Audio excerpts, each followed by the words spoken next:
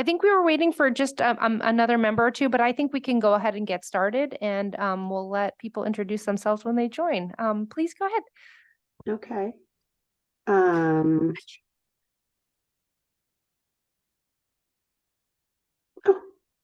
now I can see people.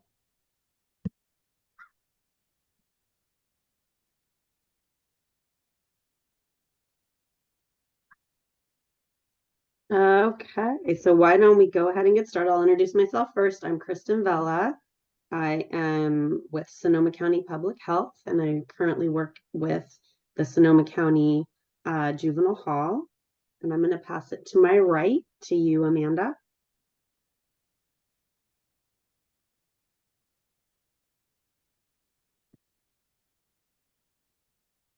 You're muted.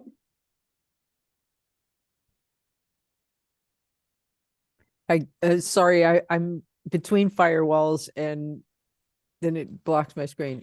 That's okay. If you could just introduce yourself and your title and where you're from. Gotcha. Amanda Yoakum. I am a program manager here at San Joaquin County Behavioral Health. And I'm embedded with the juvenile justice team here in the juvenile hall. And a whole bunch of other things, but we'll not talk about that right now. Okay. And I don't know all of you, so I'm going to do my best with your name. But Dr. Arguello, are you next? Yes. Good morning, everybody. Juan Carlos Arguello. I'm the Health Policy Officer for the Office of Youth and Community Restoration. My background is psychopharmacology, LGBTQ2S plus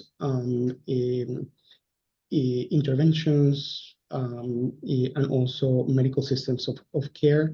Nice meeting everybody. Okay, Joni. Hi, everybody. My name is Joni Spears. I'm an attorney at the Contra Costa Public Defender's Office. Just a little bit about me. I've been practicing for over 20 years. I've been representing youth for more than half that time. And for the last, 6 to 10 years, I've been representing youth in secure youth treatment facilities, and before that, DJJ and in custody programs. I'm really, really excited to be a part of this panel, to work collaboratively, which is really different from my typical job. So I appreciate being able to work with you all.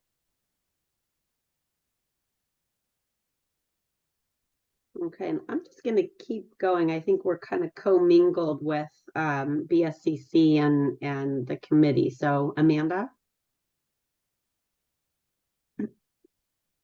Good morning. My name is Amanda Ferreira. I'm the regulations analyst here at Board of State and Community Corrections. Thank you. Liz? Good morning, everyone. I'm Liz Barnard. I'm a pediatrician and researcher at UCLA. I do my clinical work in youth detention facilities. And then also, just for full disclosure, I'm currently volunteer as the chair of the Juvenile Health Committee of the National Commission on Correctional Healthcare. And I've also been doing research on quality of care standards for juvenile correctional facilities. Melinda?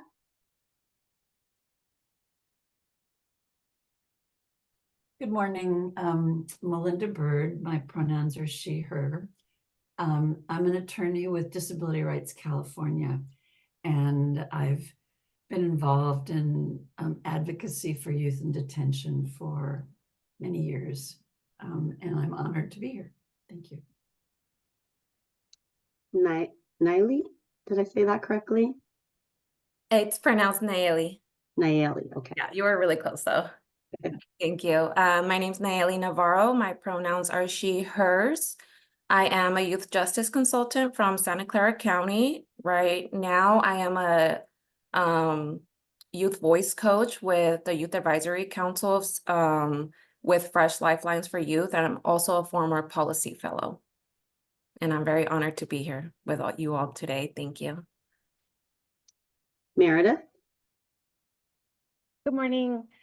Hi, everyone. Meredith Desatel. I use she, her pronouns. I am a directing attorney with the Youth Law Center. Thanks so much for having me here. Let's see. Carlos? Yes, good morning. Carlos Carlos Fernandez, he, him, and I have lived experience in juvenile facilities here in California, 3 different. And since release, I've been a credible messenger and a youth mentor in my city of Richmond. Okay. Ginger?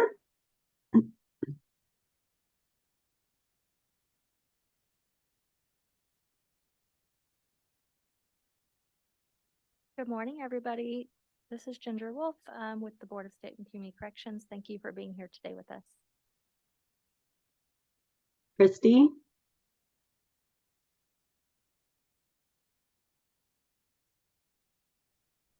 Hi there, my name is Christy Silva. I am an assistant director with Sonoma County Probation, and I'm at the Juvenile Hall. Okay, who do I have left? Lindsay?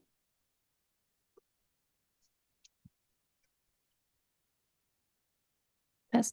Good morning, everyone. My name is Lindsay. I'm the staff source manager, and I work with Ginger, Amanda, and Allison on the regulation revision team. Thank you. Okay, who else do we have? Matt?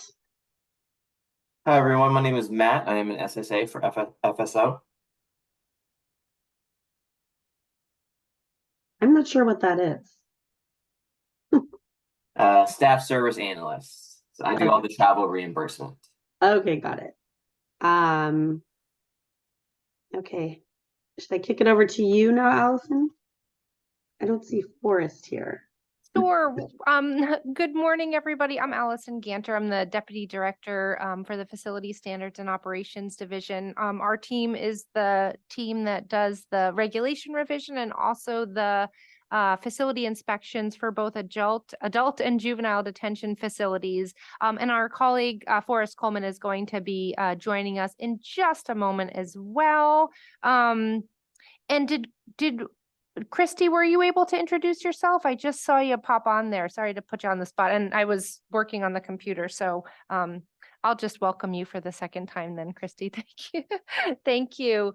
As soon as we get Forrest on here, we'll begin with our meeting. And as we all know, our goal here is to have regulation revisions for the medical and mental health care.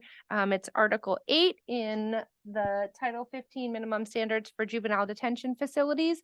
And our goal is to come up with revisions so that when our executive steering committee meets again, they will have revisions to pass along to the board and hopefully for eventual acceptance and then for application to our juvenile detention facilities. I'm just going to pause for 1 second and just make sure everybody's ready to go. Good morning. Good morning. My name is Forrest Coleman. I'm a field rep for the juvenile division of the FSO team. Welcome, and look forward to engaging with you this morning.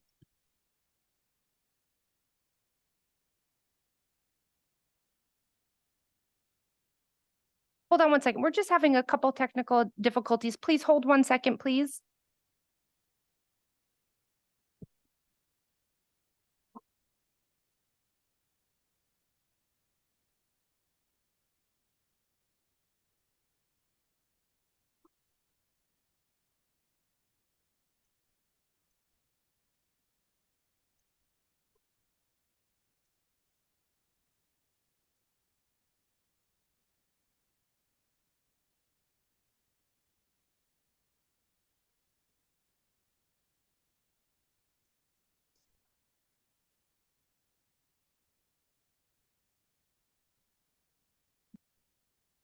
Okay.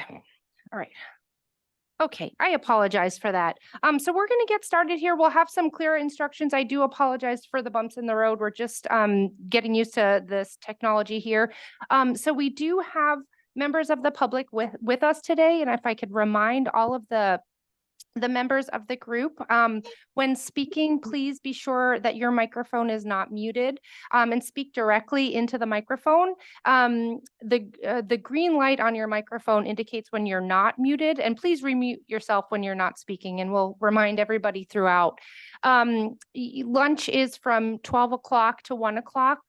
So we'll be going forward from 9 a.m. to about 12 o'clock. We'll take a pause. We'll just put a note up for the meeting so people can pause their screens. They don't have to log out and join back in. And then we'll also have a morning and an afternoon break. We don't have anybody in person here, so I'm not going to remind you of the restroom code. Hopefully you all have your own restroom codes handy. And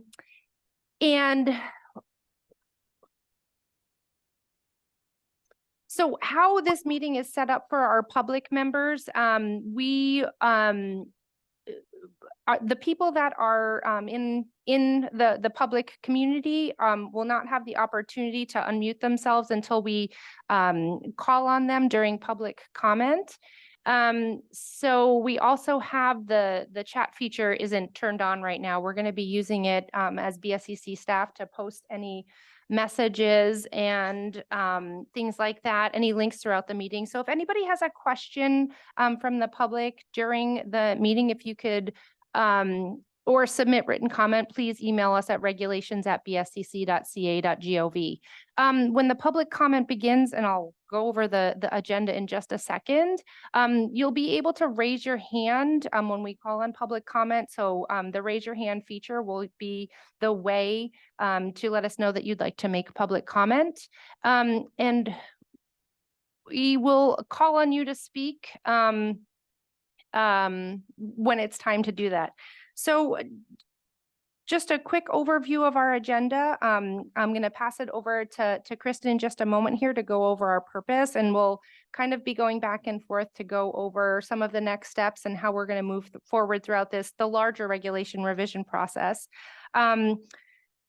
We'll go over a quick overview of the work that we're going to do today, and then we will have an opportunity for public comment before the meeting gets started. We'll go through that in just a minute when we get to that point, and then we'll jump into the work. The most important part and the most meaningful and dare I say the most interesting part is talking about each of the regulations and any recommendations that we have for revision. We'll have another opportunity for public comment at the end of today's meeting, and then we'll wrap up and talk about our next steps.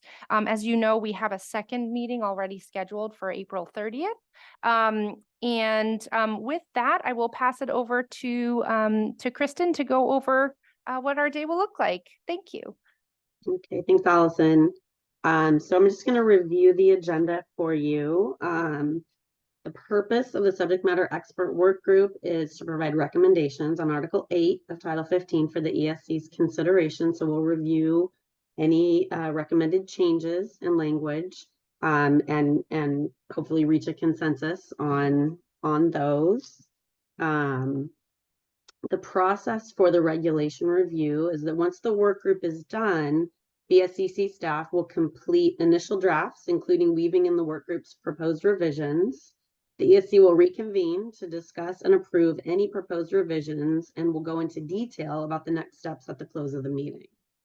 I want to remind everyone while going through the regulations that there's a few things that we're going to consider, like what is driving the revision, legislative change, best practice, what is the operational impact, and how can this be implemented? Can it be operationalized? Can it what's the fiscal impact? Can BSCC inspect for it?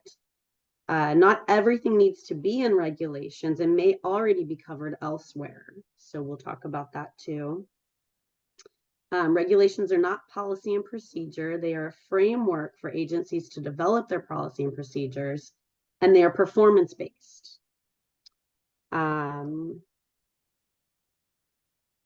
So you should have all received the medical and mental health work group briefing materials booklet. Members were provided with briefing materials to prepare for this meeting. They're also available on the website, on the BSCC website.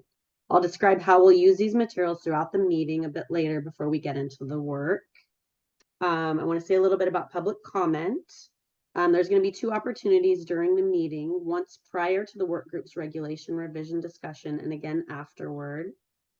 I'll provide details of how public comment will be conducted before we open up the first public comment opportunity. And after the second public comment opportunity, we will discuss next steps and adjourn. Do members have any questions about the agenda?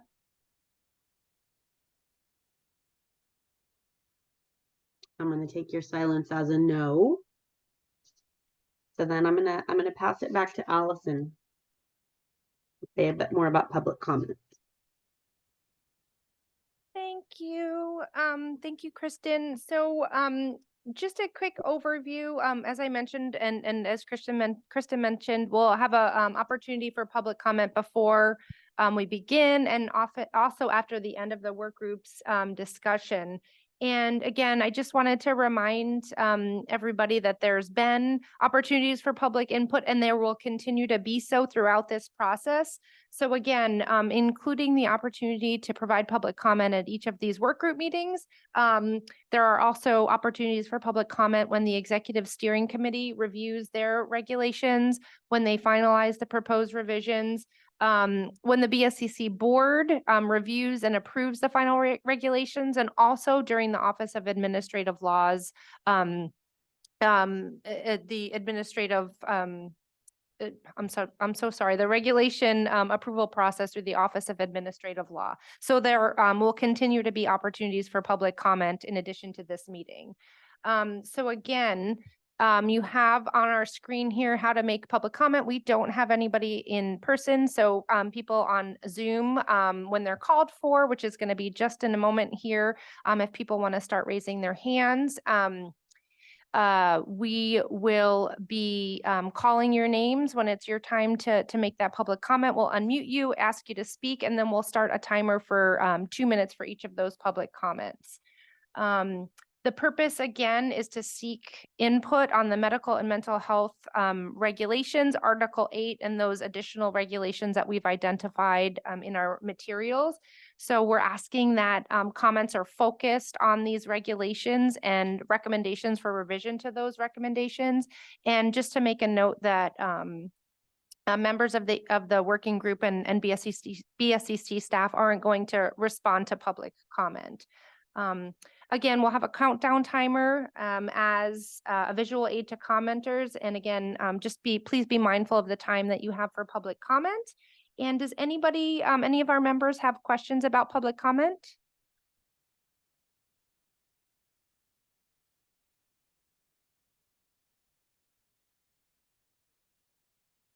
So we will open up our public comment. If people that are interested in making public comment could please raise their hands, and BSCC staff will just gather those names and we will begin with public comment.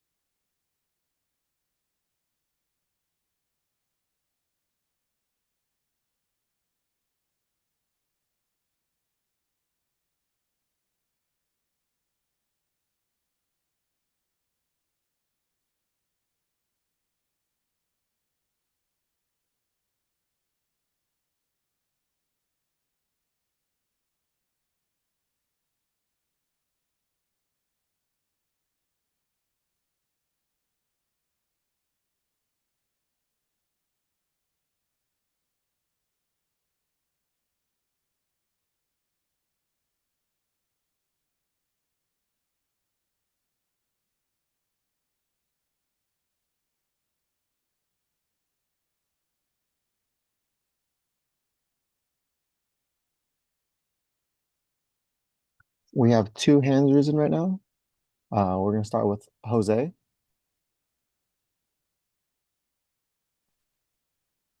Hello, can you hear me? Hello, good morning. My name is Jose. I come to you from San Mateo County. I'm here not only to represent my own experiences, but also to those of many young individuals as I work with youth policy at FLY, focusing on the lived experiences of our youth. Today, I want to highlight a critical issue that affects many of our youth, mental health. in our juvenile justice system. It is crucial that we provide targeted mental health treatments, such as progression-based treatments, groups, and individual counseling. These approaches are designed to help our youth heal and grow even while they serve their sentences. Individual counseling is particularly vital. It offers a private setting where youth can work through their problems with qualified professionals, ensuring these sessions remain confidential and focus solely on aiding the individual. Moreover, it is essential that our facilities are staffed by the right experts who do more than just prescribe medications. They provide genuine support and effective treatment plans, always respecting the dignity and privacy of the young person. By providing mental health care in our juvenile justice system, we're not just confining young people, but we're actively aiding their rehabilitation and growth.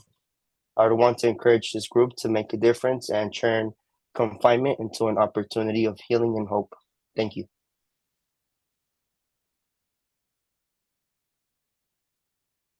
And next we have Rose. Hello, everyone. My name is Rose. I work as a youth voice coach for Fresh Lifelines for Youth, and I'm also system impacted. Today, I want to touch on the importance of mental health care for young people who are also incarcerated. The National Library of Medicine, an official website of the United States government, published an issue brief on July 22nd, 2005, that it still has a lot of relevance regarding mental health and juveniles, but moreover exploring moving towards more effective systems of care. A piece posted on the Child Crime and Prevention and Safety Center suggests that studies have shown that between 65 and 70% of minors in juvenile justice system have a diagnosed mental health condition. Over 60% of those with mental health disorders also have substance abuse issues. Additionally, it is believed that 30% of minors in custody have mental health issues serious enough to merit immediate and significant treatment. While housed in a juvenile detention facility, minors will often suffer trauma that they would not experience outside, including bullying, physical assaults, and threats. Studies show that 70% of those in juvenile justice system experience some form of traumatic victimization, and 93% of those in detention facilities report being exposed to incidents including accidents, illnesses, physical or sexual abuse, and violence. Not only is it important to prioritize mental health care and how it's being implemented, supporting mental health is not just about addressing the symptoms. A youth's ability to effectively and authentically engage with services that are provided, if not, always depends on their feelings of safety and how they're being supported. To wrap this up, I'd like to ask you all to be beyond intentional behind trauma-informed care standards and language, so one of the core components of trauma-informed care, which is re-traumatization, can be addressed. I'd also like to see language that outlines a plan when somebody is sexually assaulted by another individual inside of the facility, including staff that can outline a procedure for a victim's safety and confidentially, so that attackers and victims who remain in close proximity are protected, and that the law can be enforced with operational impact and with the same vigilance that has sent young people to these facilities. Thank you for your time.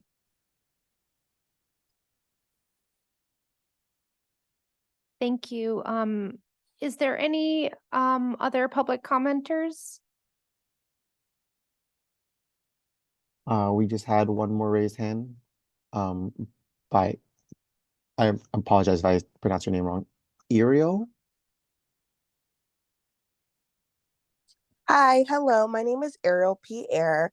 I'm a Fresh Lines for Youth Policy Fellow of Alameda County, and I'm asking this council to really take into account how important mental health is. The reason for this is that the work that you're doing today has generational ramifications. Mental health issues that are unaddressed in youth will cause them lifelong harm. And if we want to help these youth and make our streets safer, it's important that we are giving these youth a fighting chance by giving them trauma-informed care.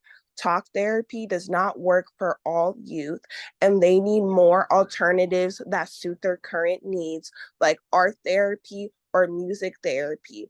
And some youth need OT because they have ADHD or autism, and they have sensory needs that make it hard for them to be in society. It's our job to help these communities and help these youth be able to transition in a way that honors the trauma and toxic stress that they have endured that are caused by policies from state and federal. So I really ask you guys to think about and reimagine the work that you're doing and how it can have really positive effects if we put youth first and put their healing first. Thank you.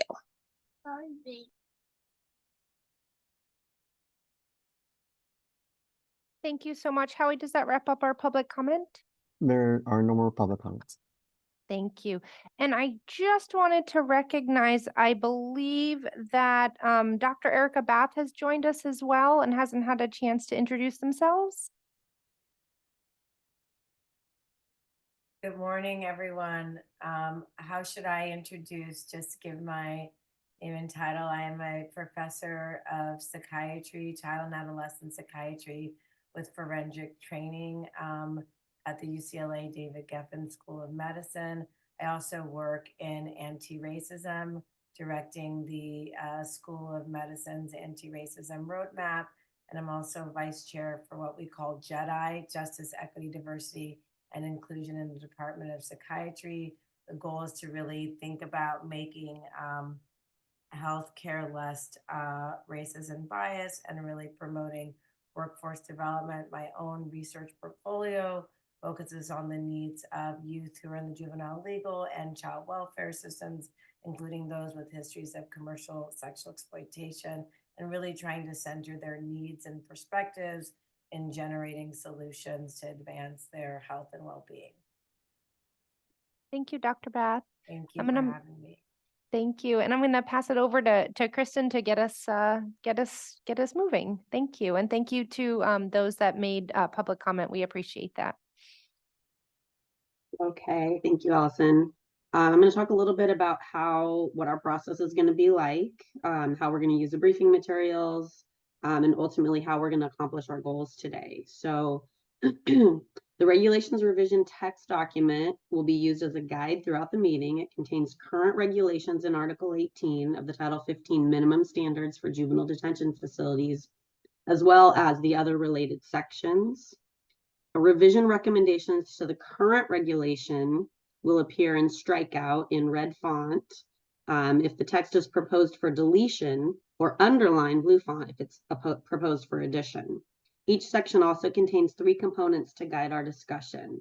The Secure Youth Track Facility Subcommittee recommendations. This summarizes recommendations received during the Secure Youth Treatment Facility Subcommittee meetings on March 10th and July 8th of 2023.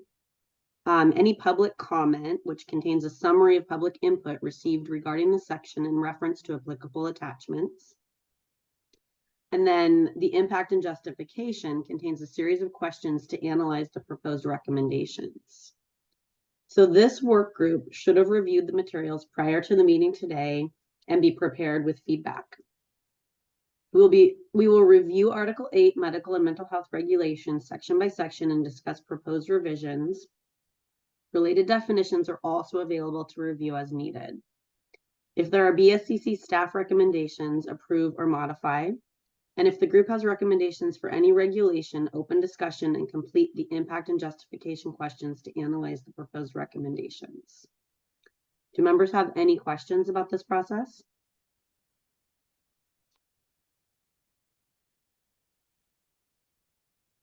Nope. Okay.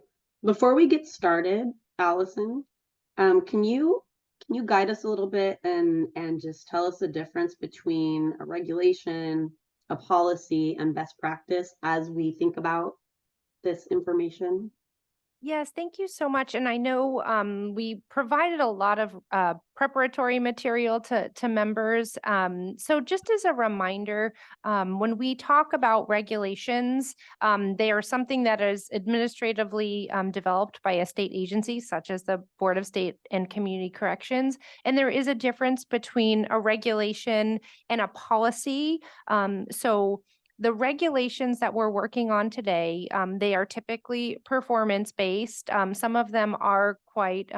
Some of them are prescriptive, but what the BSCC does not do and what regulations don't do is they are not policy and procedure for operations, for direct operations of juvenile detention facilities. They guide what should be in those policies and procedures, and the county that is running that juvenile detention facility uses the regulation as a framework to develop that policy. So throughout our discussion, sometimes we will drift from our goal to revising regulations to something that could potentially be seen or would be more appropriately included in a facility's policy and procedure. So we're just going to take some care to point that out, to keep us focused on the regulations. Our goal for this process is to have regulations that reflect best practices in the operation of local juvenile detention facilities. And we're working really hard to get as close as we can to those best practices. But since we're dealing with more than 100 different types and different communities and different local detention facilities, we have to think about what standards are going to be able to be operationalized by all of those facilities. So again, we're just going to point out as BSCC staff, when we need to be focused on a regulation, we're going to remind people that we don't write, BSCC does not develop policy and procedure for individual juvenile detention facilities. And not all best practices fits operationally into a regulation. So we do have, and we have people from the Office of Community and Youth Restoration on this group. We have Director Catherine Lucero, who is the chair of our SYTF subcommittee. So when we talk about best practices that may not fit into a regulation, we can pass those recommendations on to OICR, and they are an agency that is empowered to help further best practices for youth in these facilities. So just pointing those out, wanted to see if anybody had any questions, any members had questions about the difference between regulation and policy.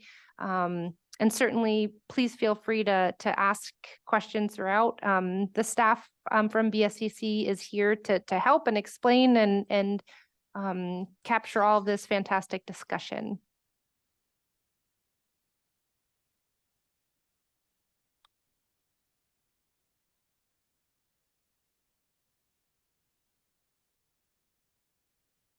Okay, I think we're ready to go. Okay, so should we just start at the top? We should. Okay. So the first, within Article 8, responsibility for healthcare services, appears that it's just the authority cited, that's the change that's going into here. There's no recommendations from the SYTF subcommittee. There are a couple of public comment attachments, attachment C and attachment E. So could I just make a comment? Of course. Sure. I noticed when I was looking at the briefing material that for a lot of the things, it says the SYTF subcommittee recommendations, and it will say none. I'm on that subcommittee, and I obviously can't speak for the whole subcommittee, but my impression of our two different meetings were that we didn't make any like official recommendations, and we certainly have not gone through kind of regulation by regulation any particular like this provision, for example. So I just want everyone to be really clear that, at least from my perspective as a participant on that subcommittee, that we didn't make like recommendations on any particular provision that's in front of us. And so I just think it's really important that when we're talking about any of these provisions, that we're kind of thinking, both for a juvenile hall your traditional juvenile hall, but also for a long-term kind of treatment program, because those are two really different things. And again, I just really hope that no one is relying on the representation like the subcommittee considered this, because I'm not sure that that's like, at least the way it's written, I don't think that's really reflective of what we did. And so my comments will kind of be focused on both of those, but I just really wanted to point that out to the committee. Thanks, Joni. Yeah, and just to follow up on that, when the SYTF subcommittee did meet, the recommendations were a lot broader and focused on the older youth, different levels of programming that the older youth might be receiving in the SYTF programs, and certainly young people that are staying longer in SYTFs. So some of the and some of the recommendations, like as Joni is saying, are more broad and related to SYTF facilities generally. So thank you for making that clarification. We appreciate that. Meredith? I just had a follow-up question then on that. In terms of like the scope of our task as a work group, should we be looking at every regulation, sort of as Joni described, through essentially the lenses of the different categories of facilities? And are we being asked to make recommendations both for facilities covered by Title 15 currently and separately for the new secure youth treatment facilities? Should we be putting like those two hats on for each? So for each that's section? thank you, Meredith. That's a really good question too. So there has not been a determination made by the Executive Steering Committee or the SYTF committee that there will be a separate set of regulations. So my recommendation is to look at these regulations right now. They apply to juvenile detention facilities, I'm sorry, juvenile halls and camps, and through statute to the SYTF facilities. So I think what it is important to think about each type of facility and the type of youth that are there. If there is a distinction to be made between a youth in a juvenile hall versus a secure youth treatment facility, we can certainly make that determination. So I guess the best way to sum that up would be, does this regulation, I mean, we would have to look at it for its applicability to youth and juvenile halls, which are, pre-adjudicated by their nature types of facilities, versus camps, which are post-adjudication longer stays. And then adding the lens of the SYTF facility, which are new types of facilities with different programming requirements for youth. So I think it's a question to ask for camps, juvenile halls, and SYTFs. I don't know if that helps or answers the question. But we should certainly be considering youth in all of those facilities when we're going through these regulations.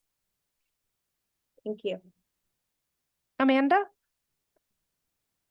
Yeah, I think for me, I mean, some of the smaller quote unquote facilities are going to house all of your different populations. They're not going to be kind of broken out. So if we look at this role and this responsibility of kind of setting the standard for the entire facility as it itself, because in some, like in our facility here, there are certain designations that the secure youth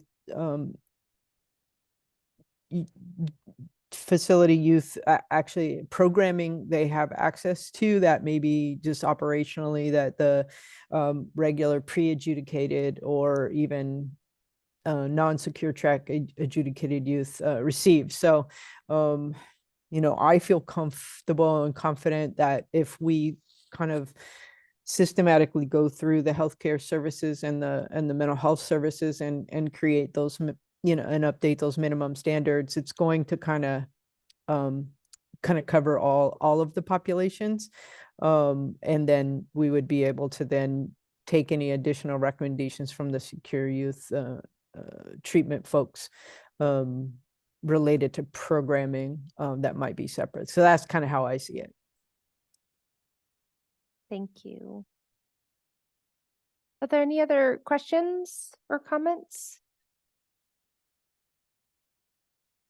Definitely a good topic to open up with.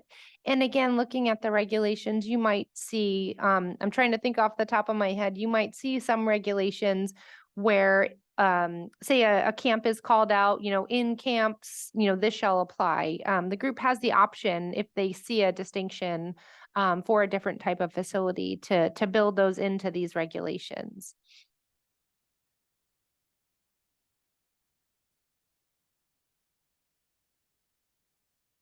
Okay, so for the one that we're looking at,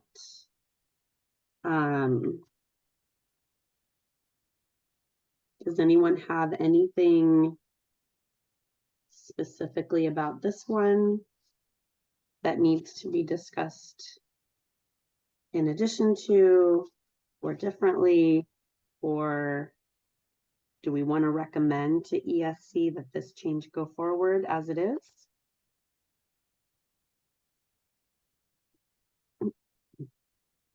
I had some comments. Should I use my raise the hand function, or should I just talk? Because I feel like I'm being a little impatient. I don't. No, that's okay. Why don't we use and sorry, I can't see everybody. I can't see Yeah, I can't everybody on see my everyone screen. either. So if you raise your hand, then between Kristen and me and those of us in here, we can just call on people. You're not. It's hard to do this over Zoom, and I find that everyone starts a little bit differently and clunkily until we figure it out. So go ahead, Joni. And then I see Melinda's hand is up next. Well, I can let Melinda go first because I've already took a turn talking, and so I'll let her go first, and then I'll go.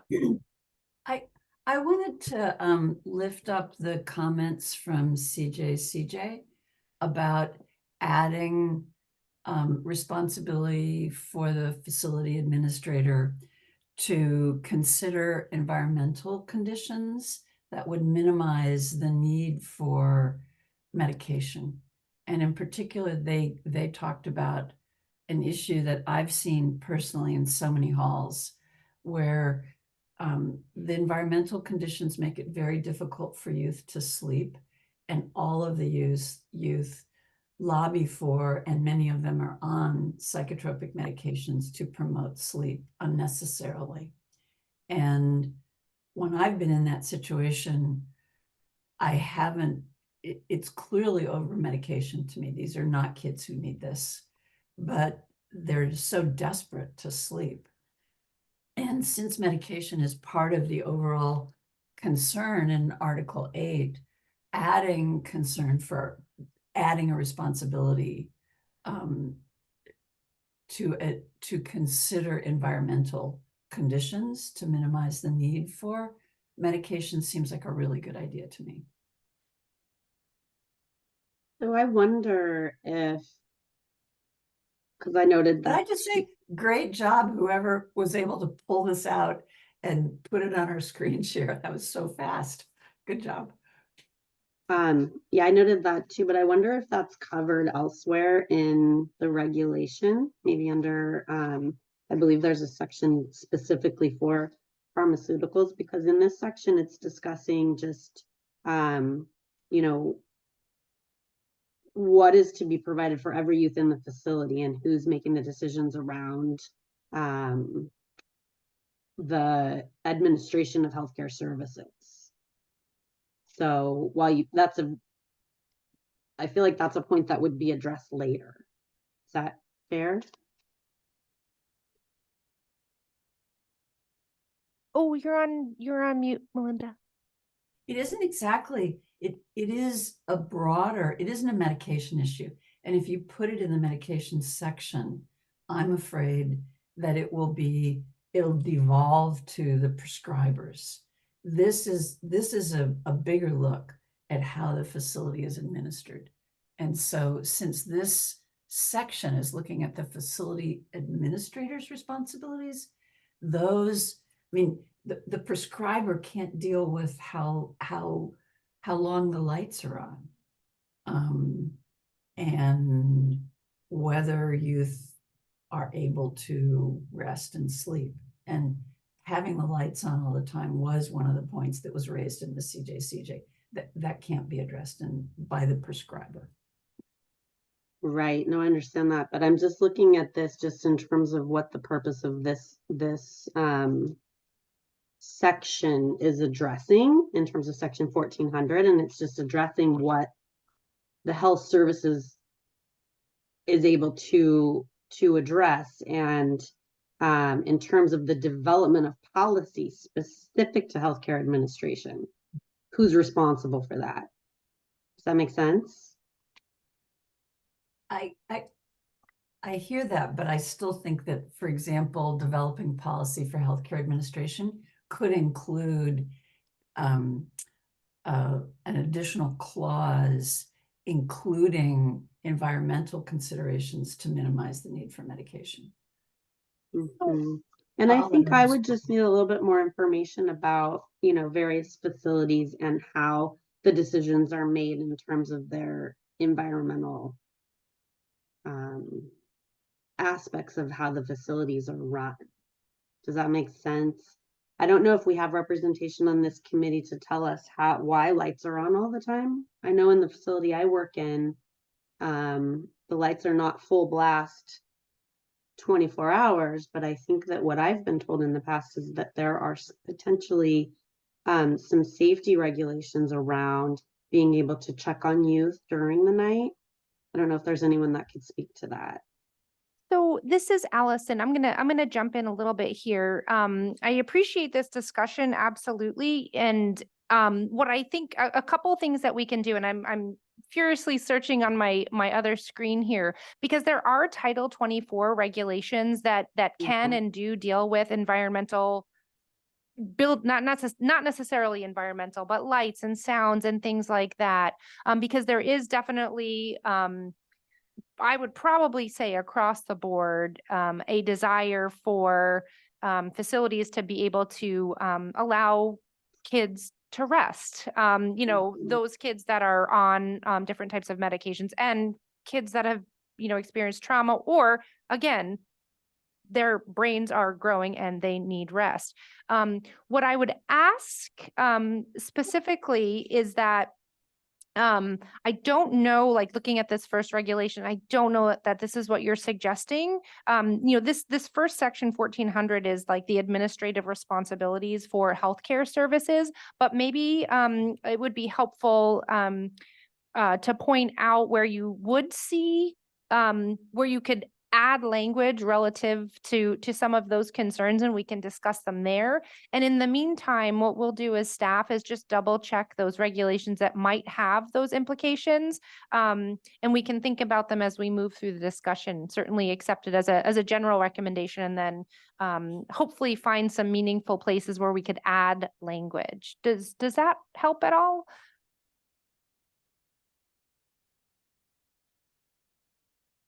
Why don't we hear the other folks who have their hands up?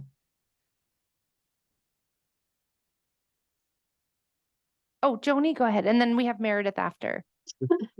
So when I was looking, I mean, I just to kind of finish, I have some new thoughts given what Melinda had proposed, but why couldn't we add like a subsection F that had as a responsibility, you know, would include recommendations, for example, of environmental, you know, conditions that would alleviate the need for medication, like something like that is just a thought. But I had my other concerns with section 1400. I think that there are some issues with the definitions that we're using throughout this whole article that make it difficult to tease out mental health issues from medical issues. Also, I'll say that so starting at the top, the behavioral mental health director that's referenced in section 1400, in the definitions, I don't see any sort of qualifications for who the behavioral or mental health director the qualifications necessary to be designated as the behavioral mental health director, like any qualifications. And if this person is going to be together with the health administrator, kind of responsible for all of these mental health policies within juvenile hall, I think it's appropriate that that person have some level of expertise in like adolescent brain development, issues with dealing with trauma, things like that. So I think that that's something that we should consider.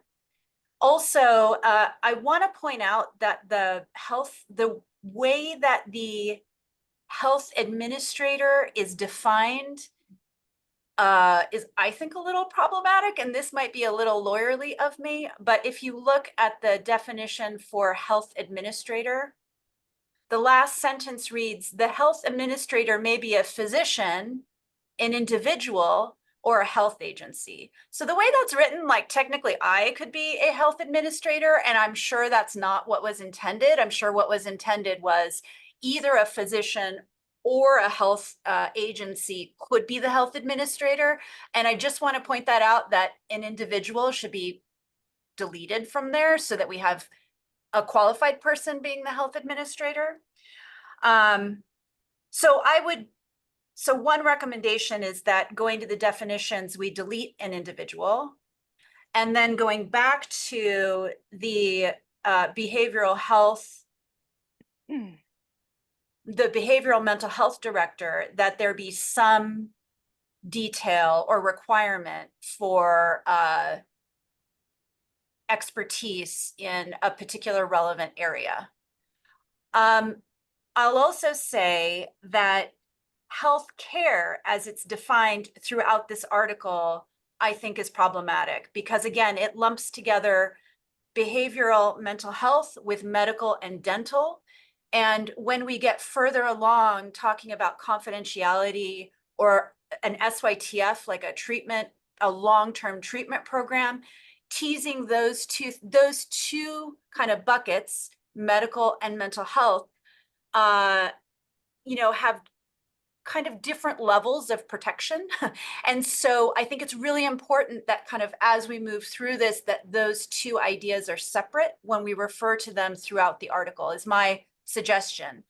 I mean, it's possible to just kind of talk about healthcare broadly and then define it, but I just think that that's a problem, and why not be explicit and clear about it up front? And that way, in this section, we can also talk about, so that's my third recommendation with respect to healthcare. While we're talking about the definitions, though it's not addressed in this article 1400, but behavioral health, the way it's defined, I would like to include incarceration as something that may affect behavioral health, because I think that the impacts of incarceration sometimes are downplayed. And I think it's really important that we're conscious and aware of just the fact of incarceration and what impact that has on youth. And so I would ask that we include incarceration in the definition of behavioral health. I had it in my suggestions between mental disorders and trauma. So I had mental disorders, comma, incarceration, comma, trauma, but I don't know if you're interested in putting that there. I'm sorry, before you move on from there. Oh, go ahead. I'm going to jump right in after Amanda. I'm trying to make these edits on screen while you're discussing them so that the rest of the group can see. So before we jump on to a next one, can we just make sure I have the first couple down, and maybe it's up to Kristen how you want to do this. Do you want to stop after each recommendation and make sure we're good? I'm just going to interject for 1 second, please, Joni. I really appreciate all this information, but trying to get us back a little bit on track, and also make sure that we can get all these recommendations in there, because I hear some general and then I hear some specific recommendations. And for us, for staff, it's really important that we're ready to talk about those. Not that we're ready to talk about those things, but we can process those through. I want to make a couple points about the definitions. So the reason why we have the definitions saved for discussion at the end is because the definitions do not drive the regulations. They define the terms used in regulations. So I hear what you're saying about having behavioral health define maybe job responsibilities, like who should be the behavioral health director in a facility, or a system. And I'm going to rely on Kristen to help me out with this too. So again, this is one of those places where regulations say, for instance, and we're not even to that point yet, that I'm going to make something up here. Each facility shall have a behavioral health / mental health director. What then happens is the county, through their processes, whether it's civil service or contracting, they determine the type of healthcare that agency, that county will be delivering, and they define who that person is. It's not that Title 15 says that a behavioral health director has X, Y, and Z, because, and again, this is where I step out of my comfort zone and into Kristen's and others probably. There's community standards for what a behavioral health director is. And the definition in Title 15 doesn't drive what that person does. It just defines the term that's used in regulation. So I wanted to point that out as we get going. I don't know that we should jump too far into definitions at this point, because it can get a little confusing. So I wanted to check in with Kristen about some of those definitions and see if I'm on the right track. And then also see, Joni, if we can, I don't know if it's more helpful to go through those recommendations when we get to those pieces, so we can make sure to edit them. And then I know, Meredith, you have your hand raised, and we'll pop over to you too. Yeah, thank you, Allison. Again, Title 15 is the guide, right? And this is where the minimum standards for individual communities to put their policies together. And we will have an opportunity at the end to go through any recommended changes to the definitions.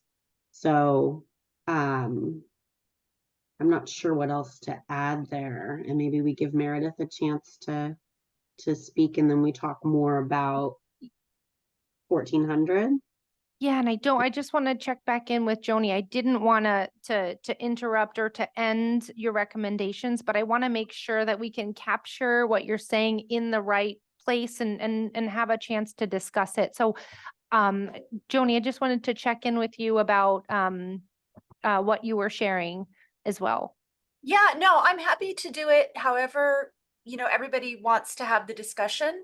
In my mind, for example, on subdivision B of 1400, I think that the discussion would be a little bit easier and smoother if we help the definition of healthcare, for example, if we had an understanding if healthcare was going to include all, like, mental health plus medical plus dental, or if we could have an understanding that healthcare, mental health, and medical were separate. But I'm happy to proceed the way the definitions are, kind of as they are, and clarify as we go. If that's the way the committee wants to go forward, that's fine. That was just a suggestion on my part. Well, so Joni, I can speak to that a little bit. So for instance, to give you an example of the facility that I work in, when we identify the healthcare providers that are delivering services, it's exactly like you just described. So our dental policy, for instance, describes what happens when a youth sees our dentist, or if we have to send them outside of the facility to see a dentist. It then describes the other health providers in the facility, whether it's a registered nurse, a nurse practitioner, or a medical doctor. And it describes the psychiatrist, who's also a medical doctor, and the scope of services that they're there to provide. But it's specific to each policy in each specific discipline. Does that make sense? It does, but even in the description that you gave, mental health and particular mental health subsections was not included, right?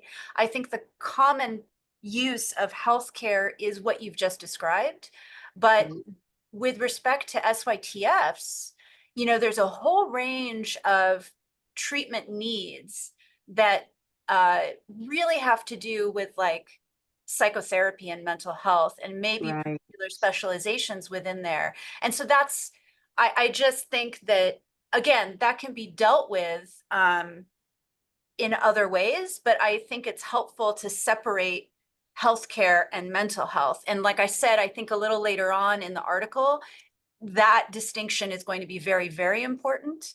And I Yeah, mean, so like I said, in the and you're right, later on as we get into, this is more of a broad description of you know who's responsible for what, but in each discipline section, for instance, going into mental health, I believe that Title 15 points to the disciplines that provide which service. So whether it's a behavioral health clinician, the mental health section describes really clearly what a licensed person by way of a mental health clinician does, what the psychiatrist does, and so on. And it's a guide for facilities to develop their policy and procedure based on this minimum standard. So I think the detail for each section will get more into what you're talking about. Does that make sense? yeah, like I said, I'm happy to proceed. You tell me how you want to proceed and I'll go that way. I'm happy to do that.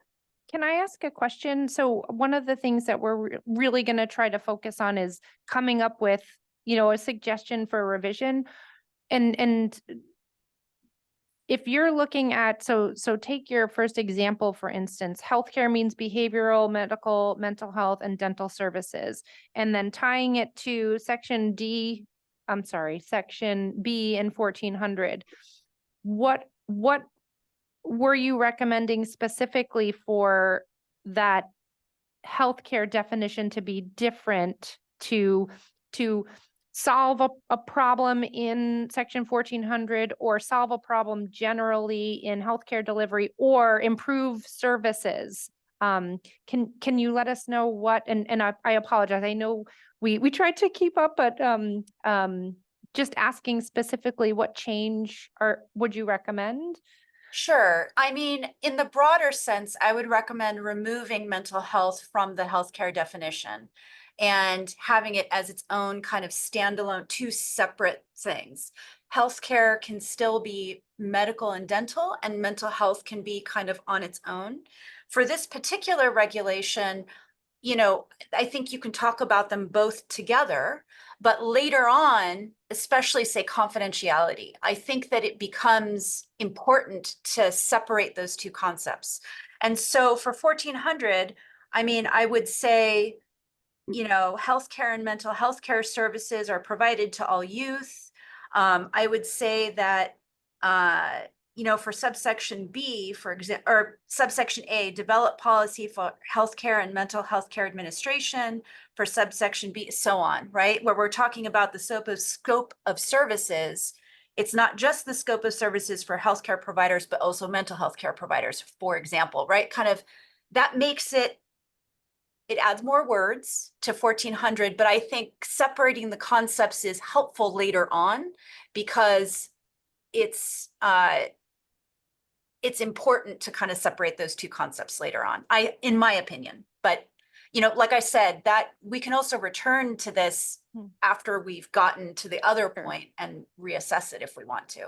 Okay, and I think I understand a little bit better about that recommendation to separate them. So perhaps what would be helpful is to keep that in mind. And we've noted it as a recommendation, and then to be clear. So again, when we see the term healthcare further on in regulation, right now it's operationalized as those three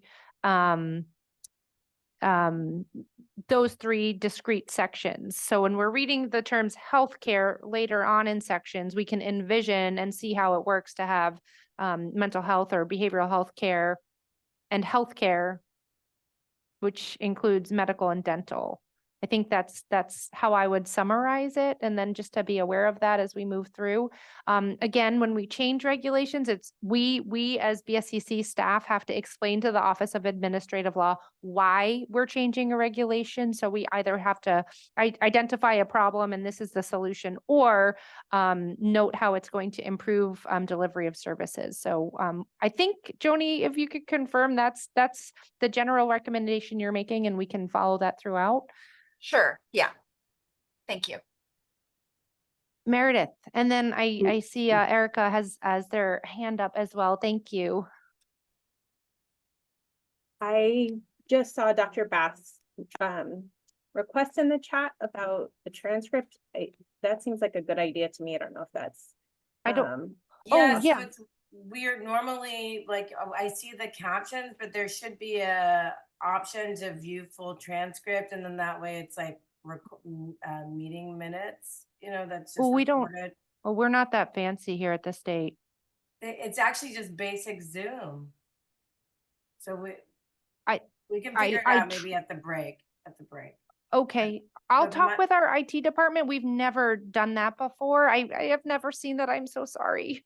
Okay.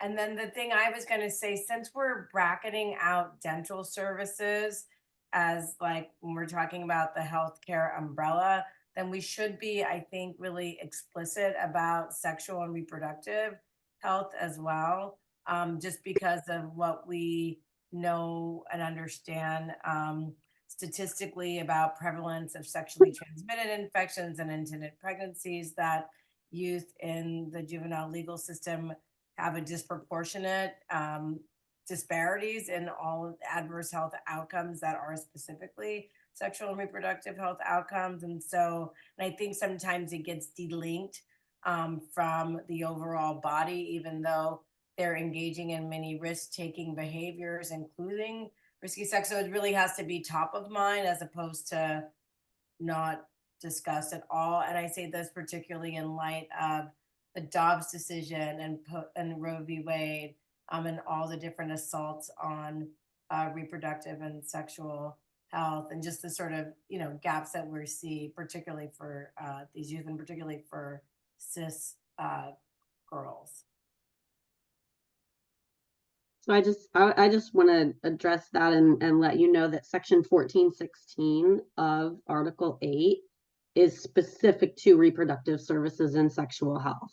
So it is a section that deals specifically with that issue. That's great. I guess I just want to make sure that when we talk about healthcare that we include, it's like brain, body, and other part, that we think about that we make sure that we're thinking about everything, together, especially if we're thinking about, because behavioral health does refer to mental health, addiction, substance use, but somehow I just want to make sure that we're centering it as much as possible. Meredith, did you have more? I did, thank you. Okay. I wanted to circle back to Melinda's comment, because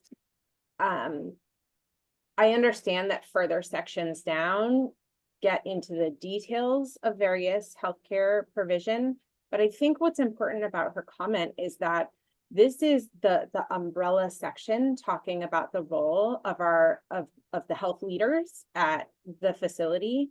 And I think what the regulations fail to do currently is to see health as the universal thing that it is. The way the regulations treat health is as this siloed article, and as if nutrition, as if environment don't impact health, as if the only role of a healthcare provider is to provide health-directed services.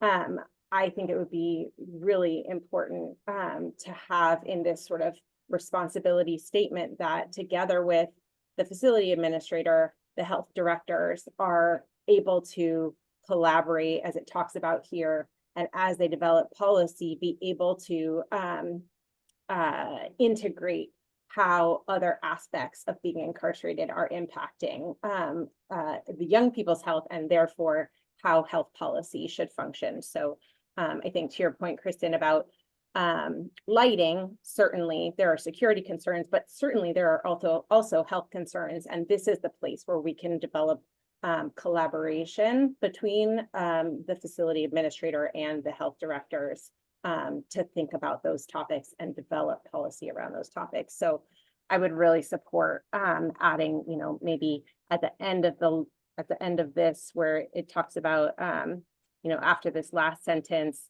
something like the policy shall consider factors including environmental health, nutrition, and other aspects of the institution and their impact on health. I just wanted to make one additional suggestion for consideration. And that is to establish procedures to enable youth to continue to receive care and treatment from their community-based treatment providers to ensure continuity of care. And I bring this up and it comes up in a couple of regulations, this concept of treatment in the facility actually coming from community providers. And so I think what's lacking is addressing that topic at a global level to say that there need to be procedures for how that's going to happen, especially when youth have shorter term stays in a juvenile facility. It makes sense that it's front of mind that a young person may come in with pre-existing providers and it will upon release hopefully be continuing with those providers. And so I think it is important at a policy level for at the facility to develop procedures to enable that continuity of care. And I have like I'll just put the language that I just read into the chat in case that's helpful. So I believe, Meredith, that there is, and I'm not remembering right now which specific section it is, but there is within Title 15 already language that points to that the youth and or parent and or representative can determine which provider provides care for them while they are in the facility. I think exactly that. Yeah, there are so that's already in there. Well, so my point is there are places where this issue comes up, but there's no requirement for a facility-wide policy. So it really, I think we lack the foundation for those other pieces to actually be meaningful, because if the facility doesn't have a policy in place for how they're going to work with community providers, then it's kind of meaningless to say, well, you can bring them in, but it's kind of on you. If it helps, I just pulled up 1413 where it talks about continuity of care. And also Okay. 1402 has. And I believe 1402, Allison pointed out. So this is where it comes back to, if this isn't sufficient, do we go back to that umbrella regulation, or is this sufficient as is? I think this is a good example of why we need it in the first section, because this is a subsection of an individualized treatment plan that you can pull in things like continuity of care, but we don't have a requirement that the facility globally has set up a way to ensure that there can be continuity of care with community providers. So I want to, one of the things that again, just, and I feel like we'll find places for many of these recommendations.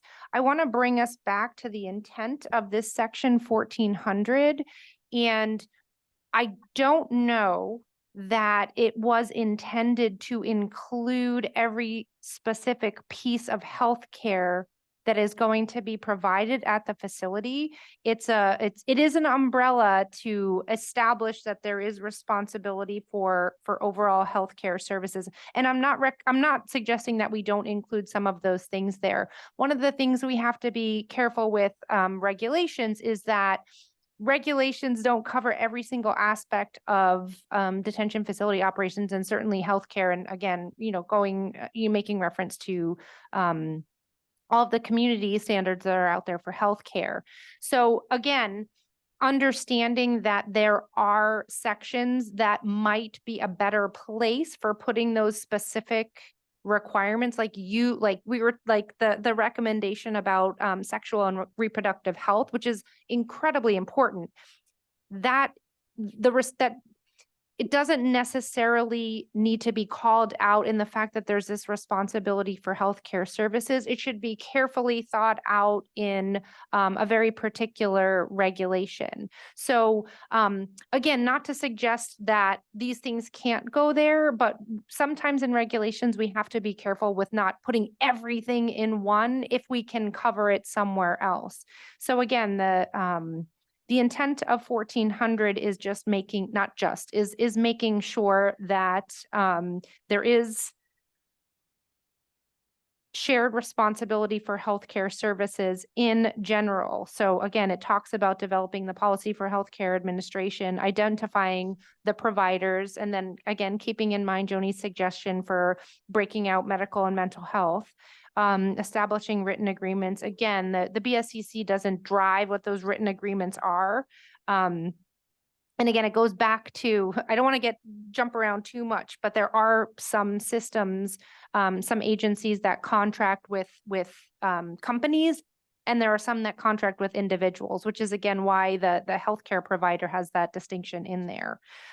So again, I would just ask again, if you want to start adding to the list of responsibility for healthcare services, like environmental health or other factors, or put them in a place where they might already exist, or they might have better detail. I just wanted to bring us back to that too. I don't know if that changes any of the recommendations that you've made, Meredith. And I apologize, I don't have I think it's Dr. Barnard. I apologize for not recognizing that. Sometimes I just look at the screen and see a face and call your name. So I think Dr. Barnard, you had your hand up, but I also don't want to cut Meredith off after just kind of talking a little bit about the intent. Go ahead. Okay. Yeah, I'll try to move us along quickly. I just wanted to echo one of Meredith's points. I think it's very important, and others have said it. The distinction between health and healthcare, it's actually very confusing, but part of the optimization of healthcare is ensuring a healthy environment, an environment that's trauma-informed and developmentally aligned. So I would echo the suggestion to include it in this overview section. And then I might also suggest as a process note, I know that we're planning to go section by section. I think that's a really good approach, but for this umbrella one, I wonder if we might agree to come back to it after we've gone through the other sections, to have an opportunity to revisit it once we've really hashed out the detail that's in the other sections.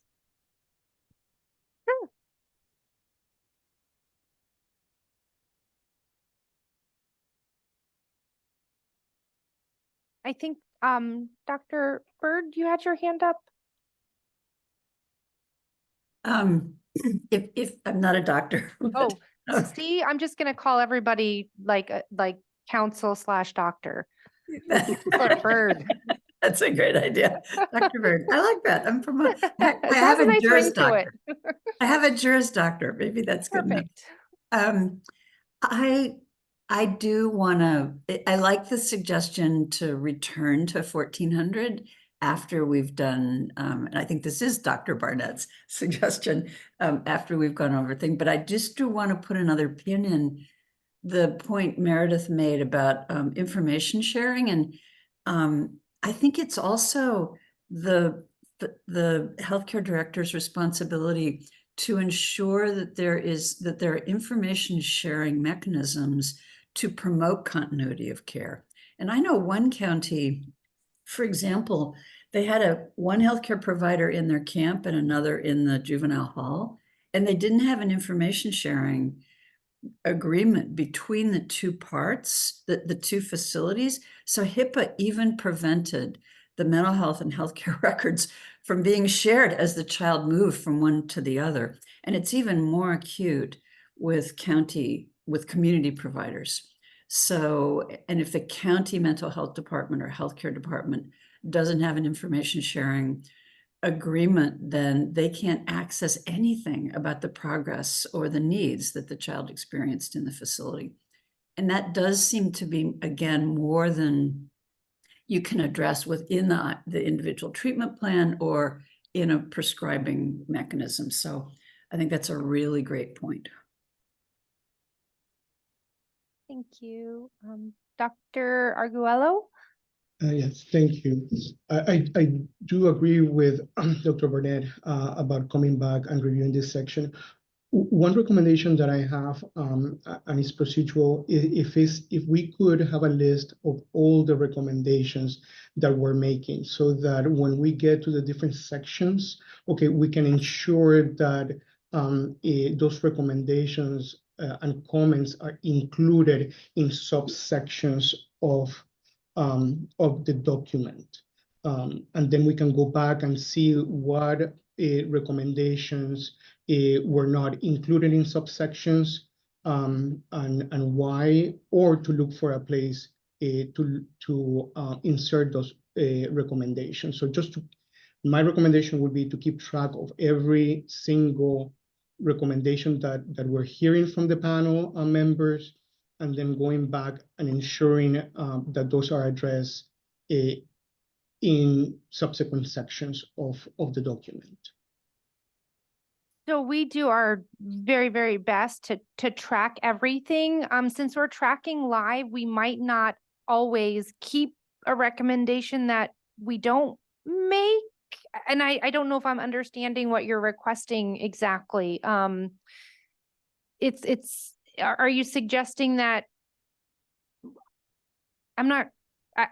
For example, okay, you're stating that 1400 is a general statement, okay, of the services, the scope of services that are provided, okay?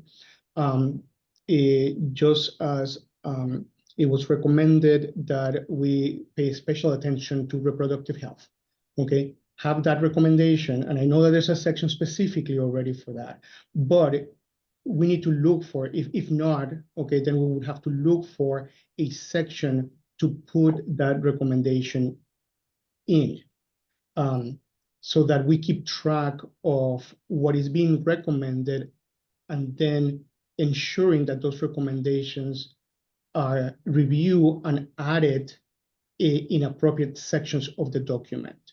So if again, this 1400 is very general, okay, statements about the services.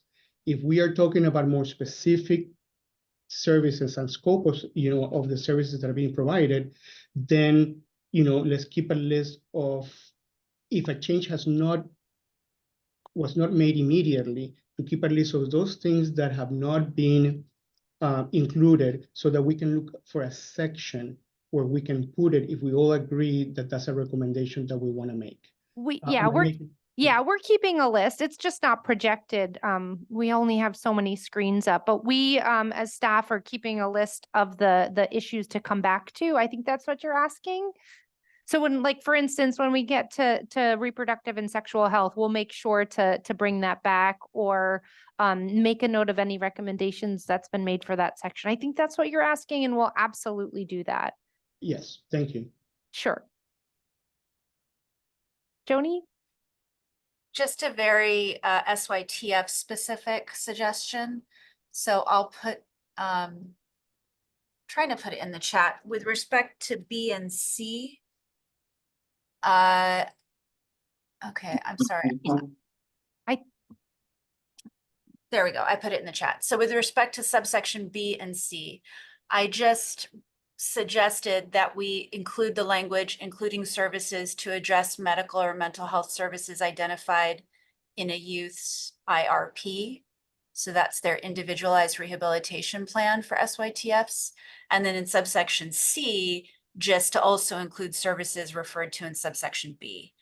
And I know that that is a kind of very specific and defined request, and this is a more broader and more umbrella term, but I think it's helpful to, given that SYTFs are kind of a new thing, it's helpful to define that that it's also the responsibility to identify, the providers of those particular service needs.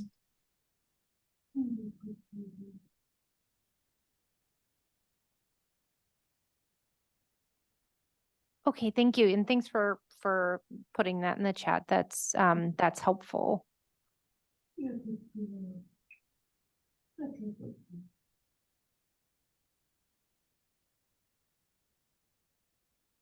Are there any other comments, questions, recommendations? Keeping in mind that we'll come back to this section as we move throughout.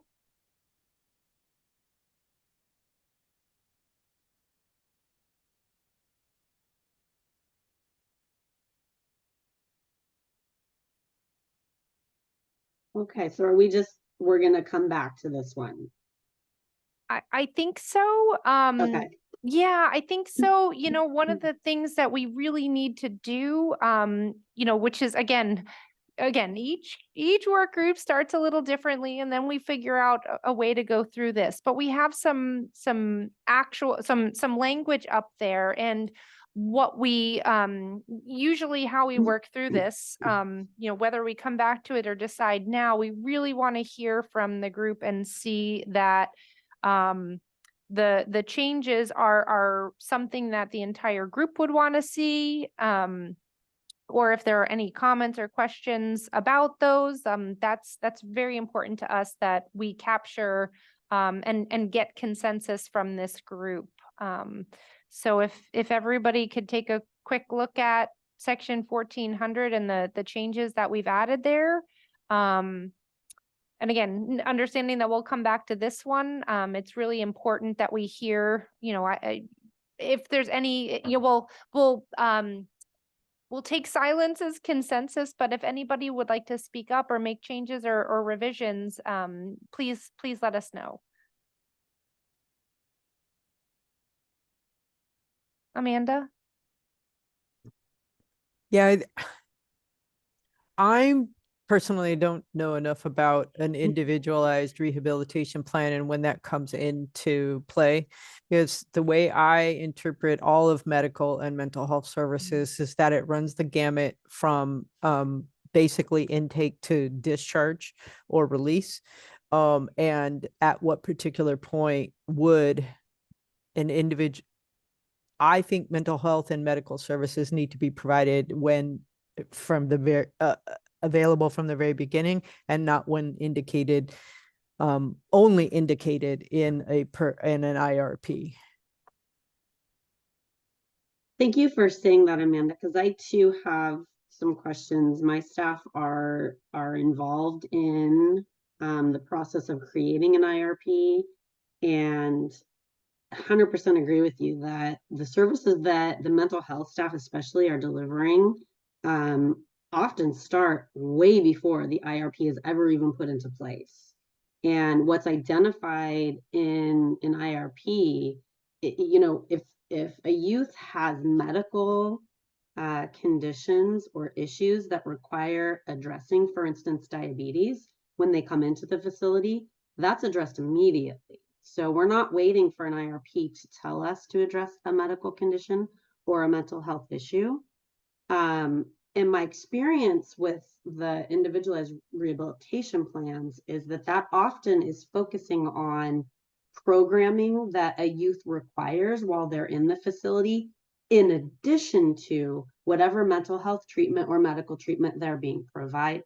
So the additional programming that facilities who operate secure youth track programs are offering is in addition to the specific mental health treatment that a youth is receiving. So going, off of my experience, that could include, higher education if they've graduated from high school. It could include some sort of trade education, gang intervention programming, aggression replacement therapy. There's various things that that probation departments are putting in, but that's in addition to and separate from the services that the health administrator and the mental health team are putting into place to address whatever assessed need we've determined that a youth needs based on our assessment of them when they came into the facility.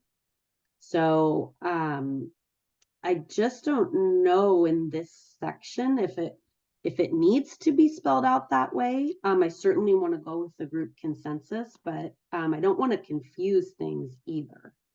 So I hope I'm making sense. Yeah, and I mean, if I could just kind of explain what some of my reasoning was. I agree with you that youth, at least from my experience, that youth entering into the facility it's not like anybody's waiting around for a disposition to provide needed medical care or mental health care, right? It's just that youth who are committed to a secure youth treatment program in the IRP, that is a different kind of commitment than pre-adjudication youth. And the type of mental health services that they receive, at least from the outside, appear to be different. I want to make it really, and I think some of the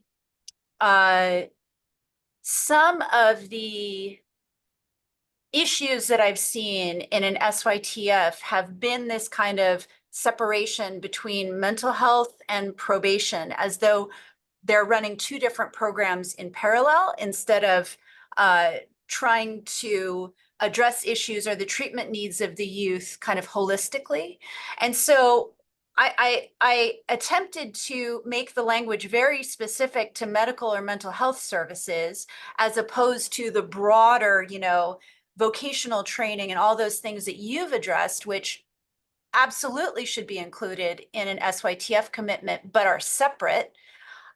This just makes it clear that part of the responsibilities of the healthcare provider or the healthcare services is to also address those treatment needs, if appropriate, that need to be addressed by either mental health or medical staff, that the person who's responsible for identifying the scope of services and the providers to provide those scope of services is also doing so for identified mental health needs. I mean, that makes sense to me, that the people who are identifying who the healthcare providers are for a specific need for youth pre-adjudication are the same people who are identifying that same need post-adjudication as well. Would So that I guess be just by a point of clarification, because I agree 100%. And just as a point of clarification, and Allison, maybe you can help me out with this, because what I heard Allison say earlier is that there has not been a decision made or recommendation to separate the regulations in terms of Title 15, to have separate regulations for secure youth track and separate regulations for the facility in general. So as I'm looking at this, I'm looking at it through that lens of this covers both. Is that fair, Allison? Is that how we're moving forward with this? Yes, I mean, Okay. it includes juvenile halls, it includes camps, and it includes secure youth treatment facilities. What I'm personally looking at is the defined scope of services. And again, not that again, it is really important to make sure that these IRPs are addressed and covered, and youth receive the right and appropriate types of services. Sometimes, and again, I've been looking at regulations for many years. So I apologize if I repeat myself. What we don't want to do with a regulation is they aren't inclusive of everything. And I understand the need to make sure that and I might get my terms wrong, that if a youth has this IRP, it is, whether this change ends up in there, it must be in that agency's scope of services to provide that IRP and to make sure there are people in there. So again, when we are looking at regulations and making revisions, we want to be really careful, because we have to explain this to the Office of Administrative Law. The problem is this, or the what we're trying to improve is this. And thinking about a performance-based regulation and the ultimate responsibility of the healthcare providers, and the facility administrator to define the scope of care. If it is an SYTF, they would have to have the IRP in there. So I'm just coming back to, is this something that goes into a great big regulation, or do we focus somewhere else on the SYTF youth? Is there a fear, and I'm just going to keep asking questions, I apologize for that. Is there a fear that you think youth, or people think that youth won't get the proper services in their IRP if this isn't in the responsibility for healthcare services? I know that's a lot of words, but that's just kind of my thoughts, because again, it's really important to make sure that the regulations, we can't include everything in there. So we want to make sure we have and I'm not saying that there's not a good reason, but I'm really trying to understand, is there a fear that these services won't be provided if it's not clearly defined in section 1400? I mean, yes. And I think that, I really think that, again, this kind of comes down to, it may be helpful if we come back, like leave this here and table it, and then we can come back for a discussion. And if it turns out that through our discussion through Article 8, that, you know, we're able to address some of these things, it may be that this language is unnecessary. But I think that there is a concern, I have concerns about kind of the interplay between mental health services and programming available in an SYTF, and kind of whether those are done parallel or they're done together and holistically. And that's a very complicated issue. And it goes back to my earlier suggestions about healthcare and so I think that with this particular thing, it may be helpful to kind of move on and then come back and revisit this as everybody has suggested. I think that's a good suggestion, but I would just ask that we leave that in there for now, and then we can always delete it later if the group finds that that's inappropriate. Yeah, and it's going to be a really interesting discussion, the crossover between programming that's provided by the facility versus mental health care and programs required by statute. You know, we've had a lot of discussions about that. There are SYTFs already operating, and there are things that are required in statute that may or may not belong in our regulations. So it's a good point to make here. So thank you for that. Meredith?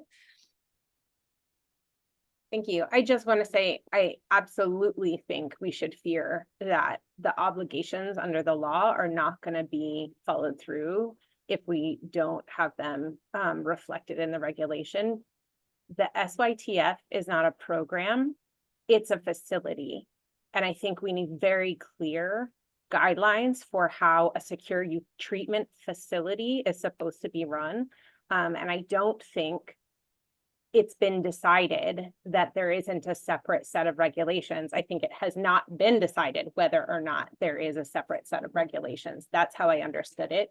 And so I think absolutely we need to maintain vigilance as we go through this, on making sure we're doing justice to young people who might be in a facility for 7 years, and really giving that its due care. I just want to say again, I understand that we've kind of like, I like this process of coming back to this one because it's an overarching, but we put in some of the recommendations, but not others. I made a recommendation that we're here defining systems for healthcare provision, and I don't see a system for engaging community providers and ensuring continuity of care. I would like to see that, and I would like to see the recommendation that the policy for healthcare administration consider and address environmental, nutritional, and programming impacts on health. Thanks. Can I just ask you to clarify something you said, Meredith? Are you suggesting, and I just really want to make sure I heard you correctly, are you suggesting that agencies, facilities will not follow the law, so you'd like to see those laws outlined in regulation? what I'm saying is that for the first time, and correct me, other welfare and institution code lawyers, if you disagree, but I'm seeing for the first time in California code that there are requirements in dispositional orders around what's supposed to happen in a facility. Correct. That there is a plan in court file about what a treatment and opportunity and programming a young person's supposed to get. And I don't believe that in history of these facilities, there has been a lot of coordination between what the court is ordering and what then goes on. From what I've read in the case law, the courts have generally in the past said, you know, operations are probation's purview. But now in this new regime, that's not true. Operations and programming within a secure youth treatment facility are absolutely within a court dispositional order. The IRP is part of the court order. And I don't think due care has been given to how that needs to now be reflected to the way a brand new type of facility should be operating. I understand. I wanted to go back to the original statement. One of the things that we have to be careful with when we're writing regulations is that OAL will kick back duplicative regulations that duplicate statute.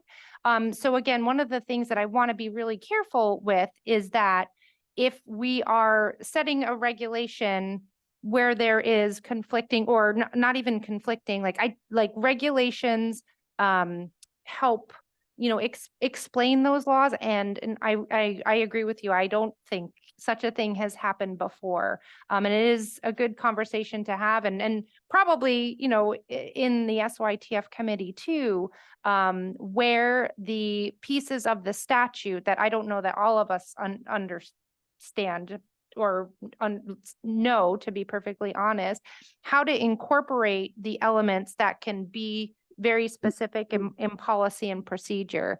So again, I just wanted to, I heard, I didn't want to hear, like, I heard, you know, that there's no, you don't have faith that the agencies are going to carry out the law, so we need to put it in regulation. And I just wanted to make that distinction, that I want we all want the regulations to be the framework for policy and procedure, not just because we don't think they're going to do what's in the law. And I just wanted to clarify that. Yeah, that's not what I said. Christy? Yeah, I just wanted to talk about using the term the individual rehabilitation plan. I understand the reasoning to have that in there. I just want to highlight that as of right now, that only pertains specifically to SYTF.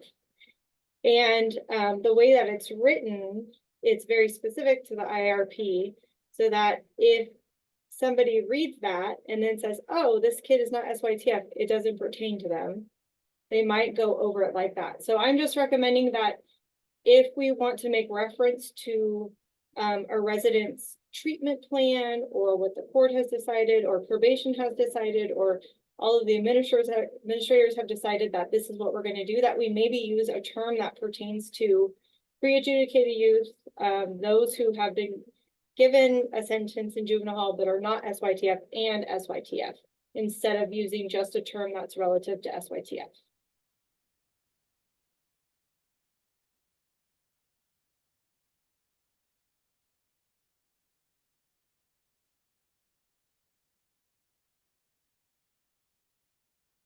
Because essentially that's making the distinction that it's not one or the other, it's and. Like needed and as written, as outlined in the IRP, which is somewhat redundant because they're both needed, but that may capture everybody.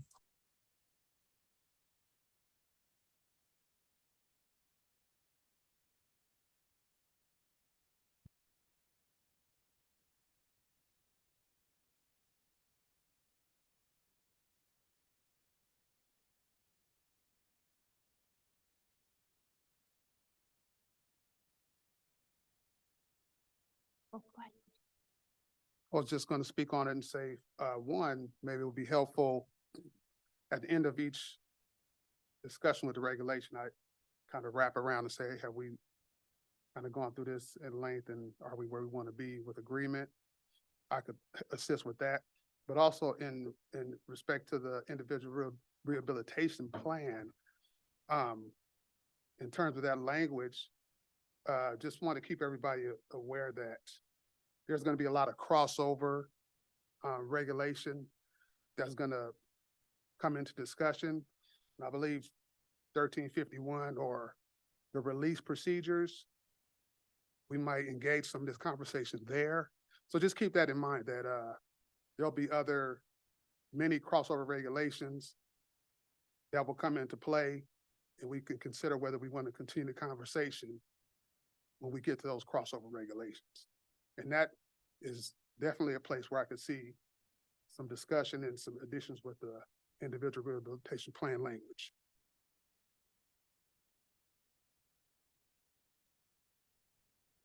Okay, so where do we go now? we moving on from 1400? So do we need a bathroom break? Where What? are we? Being recommended we come back Yeah, to it and yeah. just make sure, kind of circle around and make sure we have all the information that was discussed.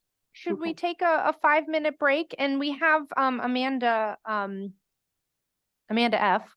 has put some of these items in the parking lot. Maybe we can take a 5-minute bio break, and I'll give everybody a chance, because at this rate, we will be here for 12 years. No, just kidding. And we can come back and certainly revisit the section 1400 as we move through, and we'll make sure to do that. And we have all of those notes. So we'll take a 5-minute break. Everybody, we'll mute this up, put a little sign up, and it's 10:46 on my screen. So see you, well, it's 10:47. 10:52, we'll see you all thereabouts. Thank you. The last time I was speaking, if we could ask everybody to come back and we can pick up our work again.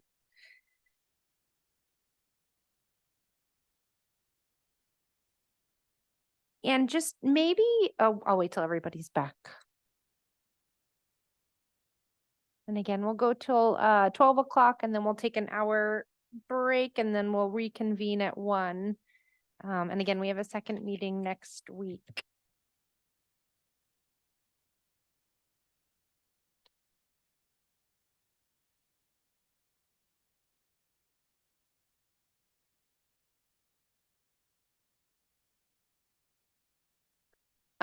There was just as we're getting back online, hopefully the person that asked the question about providing written public comment, people can provide written comment, public input comment at any time.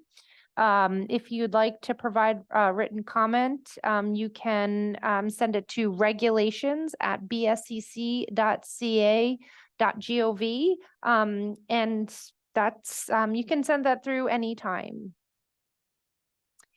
Future times that public comment is going to be solicited at every single meeting we have. So we have several more work group meetings, and we'll do public comment like we did here before we begin. And then again at the end, there will be public comment at our SYTF subcommittee meeting, and there will be public comment at all of our upcoming ESC meetings. We also have public comment at our BSCC meetings when this is agendized. And when we go through the Administrative Procedures Act, the state process through the Office of Administrative Law to actually change the regulations, there is another 45-day public comment period.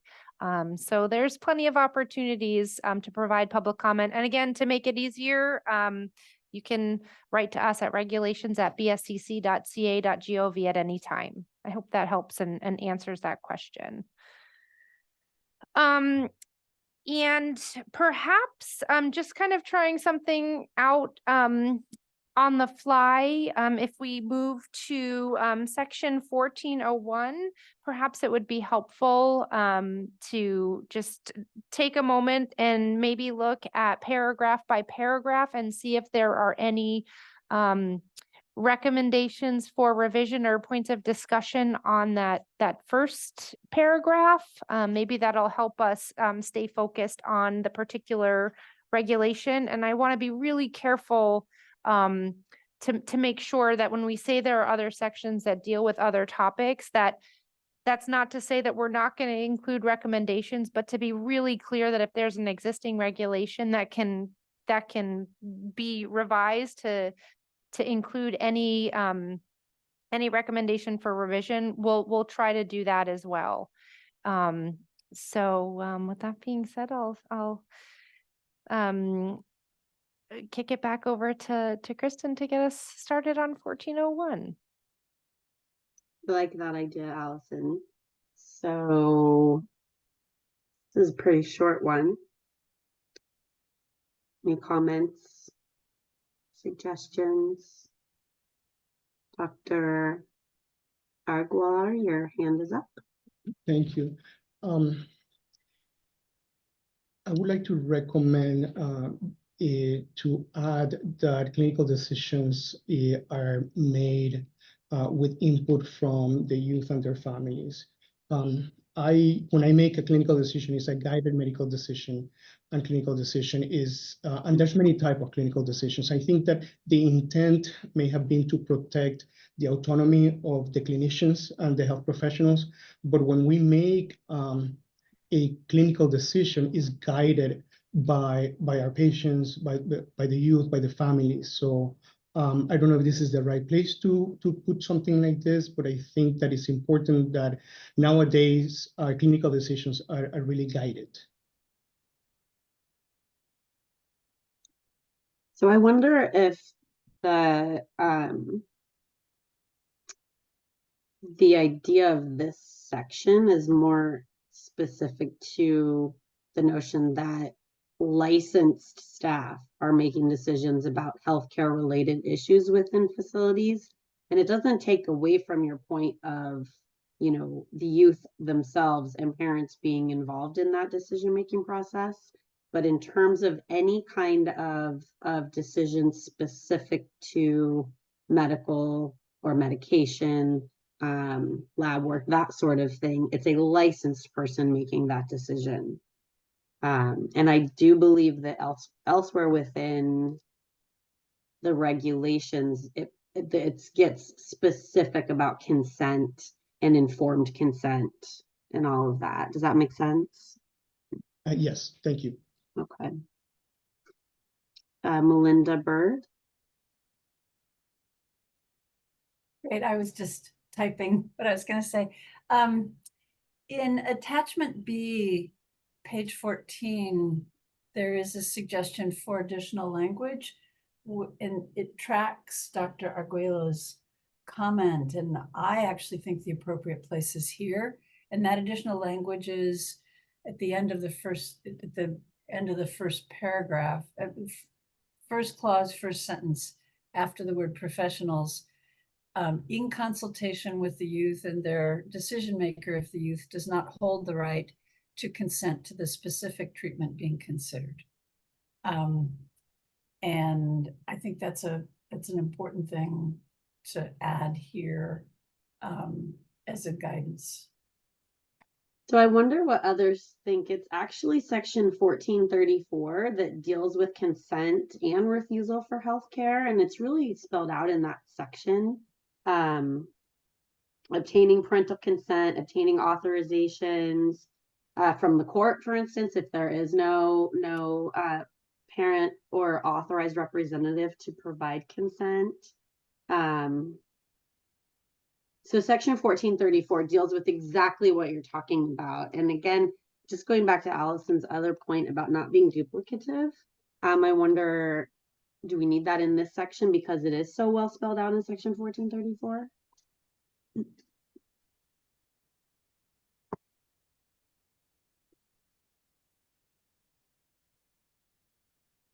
Can you put 1434 up on the screen? I was just gonna, if I can jump in. Consent and refusal does not seem to be the same thing to me on treatment decisions, because just speaking from my own experiences, treatment is not like a black and white. Often there are many factors that go into treatment. There may be pros and cons to different courses of treatment, and that to me is not the same, like having that conversation, that consultation with your provider, and developing your the treatment plan seems to be what's covered within the section. It does say patient treatment decisions. It does seem appropriate to me to have that be incorporated here as Dr. Aguelo described. So in terms of consent, here's another question. This section is really, like I said before, specific to licensed healthcare professionals.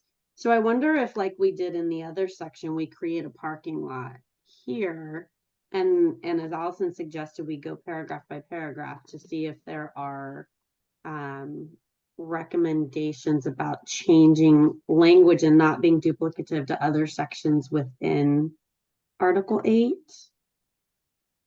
Because I don't know if you all reviewed section 1434 specific to consent as it pertains to this section or all of Article 8.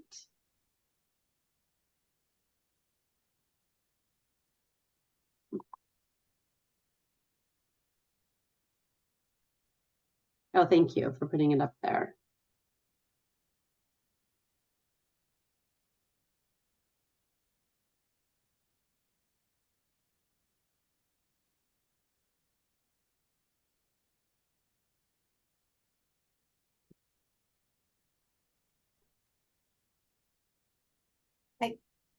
I don't think this addresses the distinction that Meredith is drawing between consultation and consent.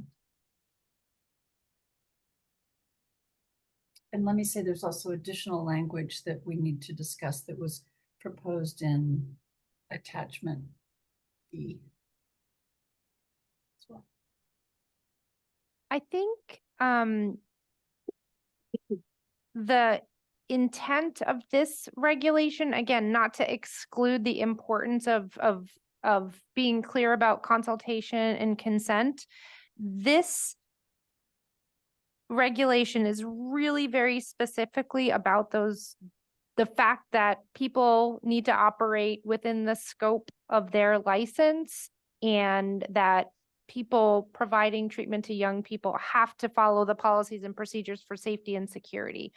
I don't think it makes sense to add that consultation and consent here. I think it's absolutely imperative that it's clear and spelled out, and any revisions are made to section 1434 or another in another regulation. And I just want to be very careful not to mix intents of regulation. So another thing that this work group can do is help. So determining what the intent of a regulation is something that we do talk about in our regulation revisions. And because we've been working on them for many years, we can, as staff, carry forward, why this regulation came to be. And again, it was really important to make sure that people that are making decisions about the treatment of youth, they're operating within their scope of their license. I mean, just to make a good example, the dentist shouldn't be making mental health care decisions. So again, I want to make sure that we understand that this regulation is about very narrowly people operating within the scope of their license. And if we can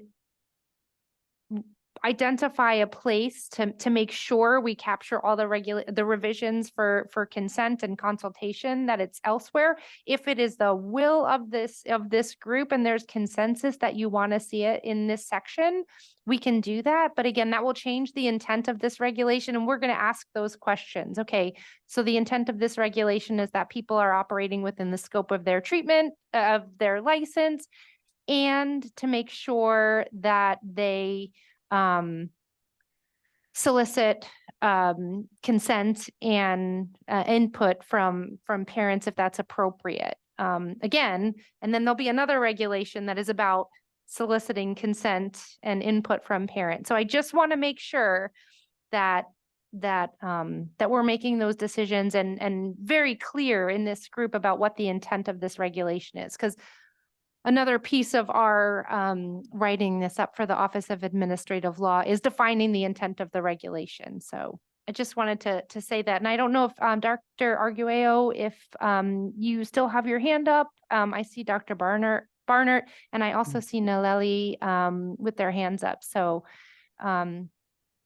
yes, I just want to add that maybe we could change clinical decisions to clinical recommendations, because a decision is the outcome of, after getting input from the patient. Okay, that's what I have a concern about. Is the clinical decision? I mean, it has to include the patient. Okay, so that's a decision. But maybe clinical recommendations about the treatment of a youth. Okay, those are the purview of the healthcare professionals. I know that I'm being very kind of technical, but words are important. The language that we use. Right, and that's a very good point. Going back to just the intent of this section, though, is to distinguish between non-licensed versus licensed providers in the facility making any sort of clinical decision about the healthcare of a youth.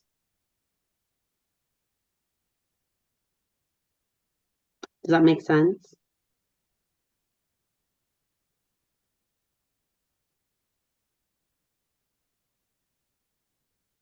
I don't know if we should we go to Liz?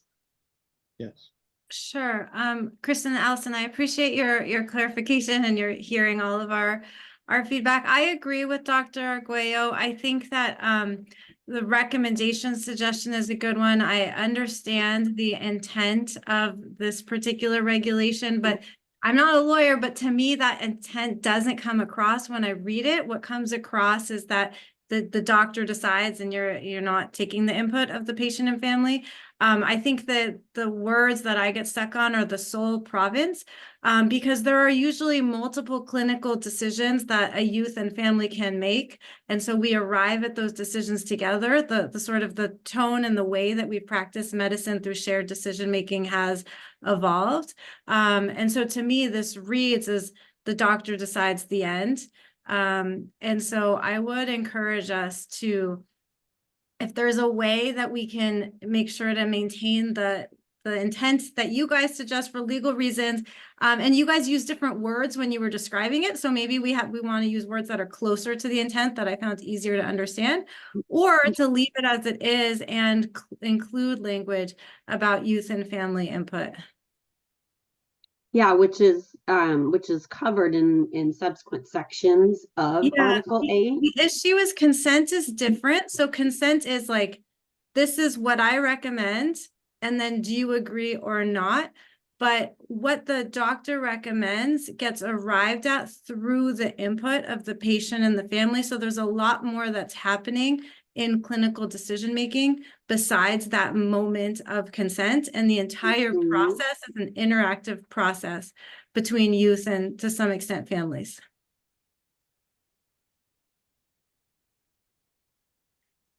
And I know it's not your intent, but the way it reads, it seems to be working against shared decision-making and youth voice, which I think we would all agree is a direction we want to move towards.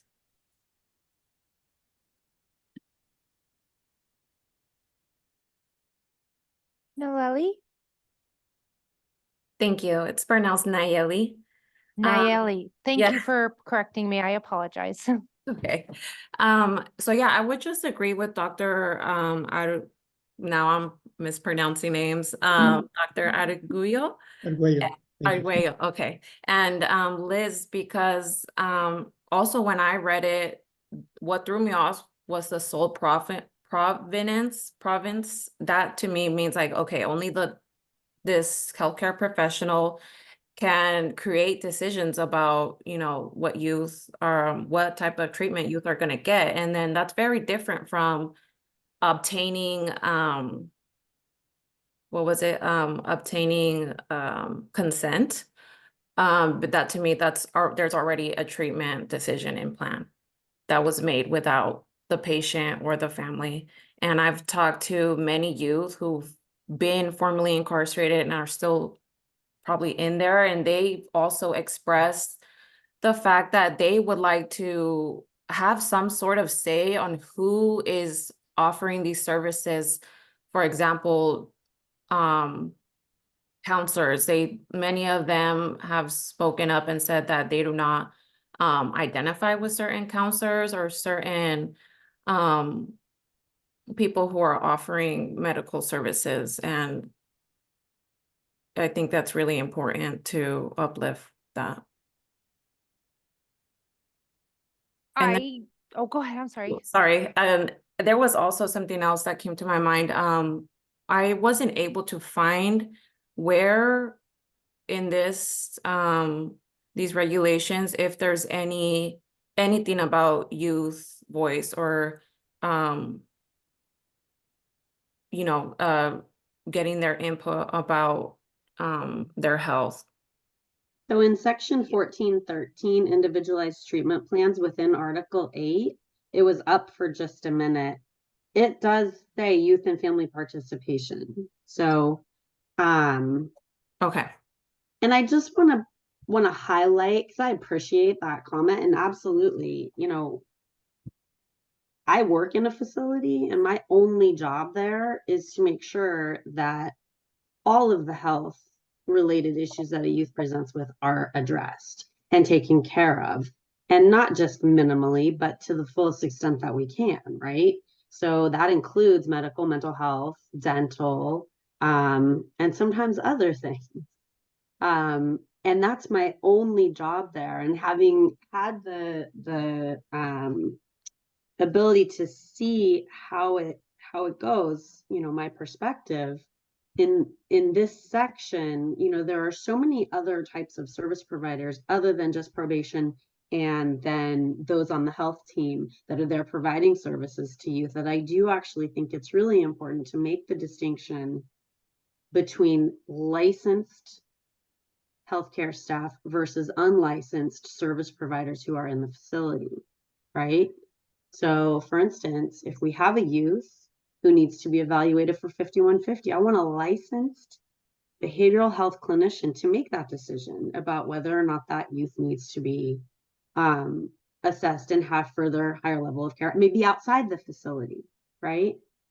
So I think just looking at it through that lens and understanding that there are other sections, and like, for instance, I mentioned section 1413, if we decide that that mention in that section, which says, you know, in the delineation of what an individualized treatment plan is, you know, youth and family participation, if applicable and available, if we decide that that isn't as robust as we think it needs to be in terms of the youth voice and the family voice, or the, you know, guardian representative of that youth voice, then we can make that recognition, that recommendation to change the language there. But I do think it's important to make the distinction that we have licensed staff making any clinical decisions about what happens with the healthcare of the youth in the facility. Amanda, did you have, it looks like your hand is up. Yeah, just along the same lines of what you were saying, recognizing the comments, it seems like everybody wants the parents and the youth involved in the planning of itself, but for more immediate on the fly decisions that need to be made when you can't call a parent or ask the youth what their treatment plan should be. Sometimes these decisions need to be made within the scope of the licensed professional. But I think maybe I wanted to bring up section 1413 because it may bring ease to some participants that youth and family participation is spelled out somewhere when it comes to that planning. But there are other decisions where there's not always time for a plan to be made. Right.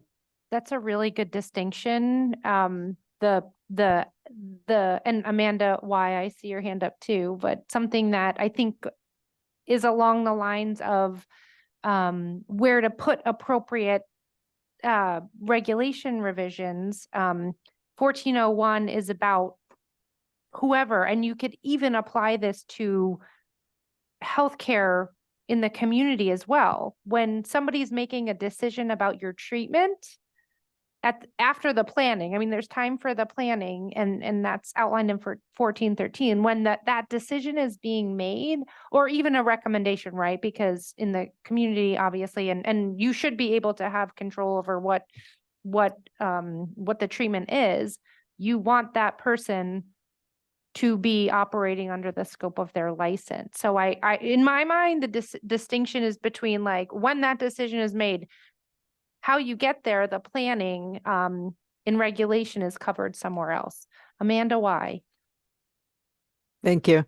I think we've been hearing the phrase like scope of practice, and I think that that's an important distinction to make. And I'm going to have a whole lot more to say when we get to 1437 and the mental health services and the way that some of this is written, because I have mental health staff who have a bachelor's level degree and they provide rehabilitation services and a whole bunch of things. So when we're talking about medical providers, we're also talking about youth. And if we're looking, and I'm starting to frame a lot of this stuff in the provision of the CalAIM and the Justice Initiative and the language, and some of that will play into part services. I live in a world where any youth over 12 can sign and make their own treatment decisions as far as participation in mental health, with the exclusion of psychotropic medications. So I think, yes, shared, and I live in a world of shared decision making. But I think what we're talking about in the language of within the scope of their license is really within the scope of their practice. And that's going to depend on, and that's going to allow a lot of leeway. Because I may have a youth who's participating in voluntary mental health services. And again, which is different than secure youth track when it's considered programming, is there's mental health programming. So there's treatment and then there's programming. But then also what we're really talking about is the decisions are also within the scope of practice. And as far as I'm concerned, because we have people who are not licensed and who make decisions with youth that are within their scope of practice. And that's an important distinction, Amanda, because like I was saying, I think that there are people working in the facility that can make certain decisions, but not others. And that's, when we're looking at 1401, we're talking about the clinical decision-making that happens within the facility and that we rely on only licensed staff to do that. Right. And I think it's also important to maybe add the language of the recommendations, not clinical decisions, but clinical recommendations. Because again, if these services are voluntary, it is a recommendation, and then the youth has choices on whether they want it to participate or not. Then it's not the you have to, because I say it is indicative of a more shared approach and responsibility. So changing that decisions to recommendations. And then Joni, I know you have your hand up as well. No, I just had proposed language in the chat, but you've covered it. I mean, here, I'll just press enter so you can all see. It basically is the same thing that you just changed it to, with the distinction of the license versus practice. And then I just added language at the end with consultation, in consultation with youth and if appropriate, their families. And then, if as we go along, we determine that this is already covered somewhere else, great. Then we can go back and delete the language, right? But then it's here, and I agree with everyone's comments about how important it is to change the language, the suggested language that's been changed. But that was it. Thank you.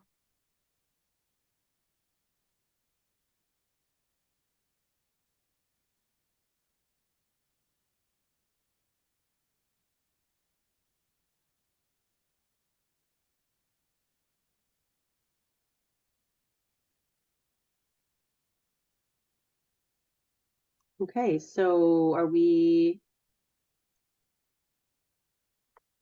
ready to move on? Are we recommending that language go forward to ESC for decision? Are we coming back to this one? Yes, all of it. All of the above. All of the above. I think that's what I hear. If there aren't any rejections or anything, we can move Yeah. on. Maybe we'll pose the question that way. If anybody objects, speak now or we'll Yeah, move on. yeah. Okay, Thank you. so should we move on to 1402?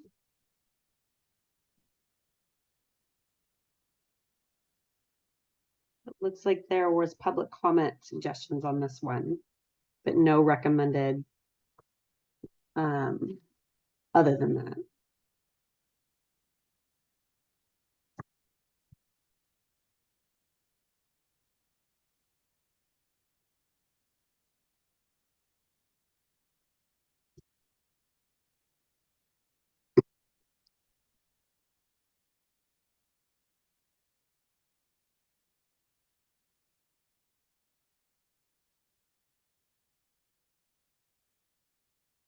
Dr. Barnert, you want to jump right in there? Yeah, thank you so much. So to me, this is the most important item that I would like to provide input on as a pediatrician who practices in the youth detention facilities and also based on my research. So the scope of healthcare is key. And in some states, care is only specified that it shall be delivered for emergency situations or acute situations. And so I think we want to be very clear. To me, my interpretation of this article is, or this regulation, is that the health administrator determines the scope of care provided. And it makes sense to me that you'll need to have flexibility. Like if you have a small county versus a huge county, the bigger county might have its own x-ray machines, et cetera, versus the smaller county might be sending kids out to the community more often for care. But the key issue, I think, is whether or not preventive care is included. So are you just managing the broken bone that a kid came into juvenile hall with? Or are you also going to address their hypertension and their obesity because they're going to be in the SYTF for 3 years, and that's what any pediatrician would do. And then related to that, there's this issue, and maybe it's maybe more appropriate for the next one, or maybe it would go in this one, about the level of the quality of care. So the scope of healthcare should be delivered at the level of the community standard of care or better. And so if I may, just as an example, if I could just share with you guys the language from the state of Washington. Their analogous regulation says that the facility will provide excellent medical, dental, and mental health care that meets or exceeds community standards with compassion and respect for all, while also complying with the NCCHC standards. And then it may provide, I don't like the may, but at least they included it, may provide health education and preventive care. So I think that the aspects of that the care is comprehensive and that it's at or above the community standard of care is a very important revision to include. Where do you want to see that revision? And can I just jump in with a question too? Sorry, Amanda. How this is not a trick question, I promise. How would how would somebody inspect for above community healthcare standards? Just thinking about these regulations all have to be inspectable. Can you talk about that a little bit? And I understand the comment. I want to understand how that could be, how would that work? Yeah. Well, okay, so if we can get it to at least to the community standards, I think that is maybe what's more pragmatic. I'm not the lawyer. You guys know what it takes to inspect a facility. But the way that I'm thinking about it is that we know, based on the public health data, that the young people in our carceral facilities in California have higher health needs than their peers in the community. And so if you're actually meeting their health needs, that means that you're probably providing care at above the community standard. It means that you are seeing a kid with trauma and really addressing trauma. Because if I was the community pediatrician, I might say, referral to behavioral health. I'll see you in 6 months to make sure that referral didn't drop off the map. So I don't know the extent to which you're able to include things that are more aspirational. I will tell you as like the researcher and the, like if you actually want to give kids the healthcare that they need and improve public safety, they need to be receiving healthcare that's at least as good as community standards.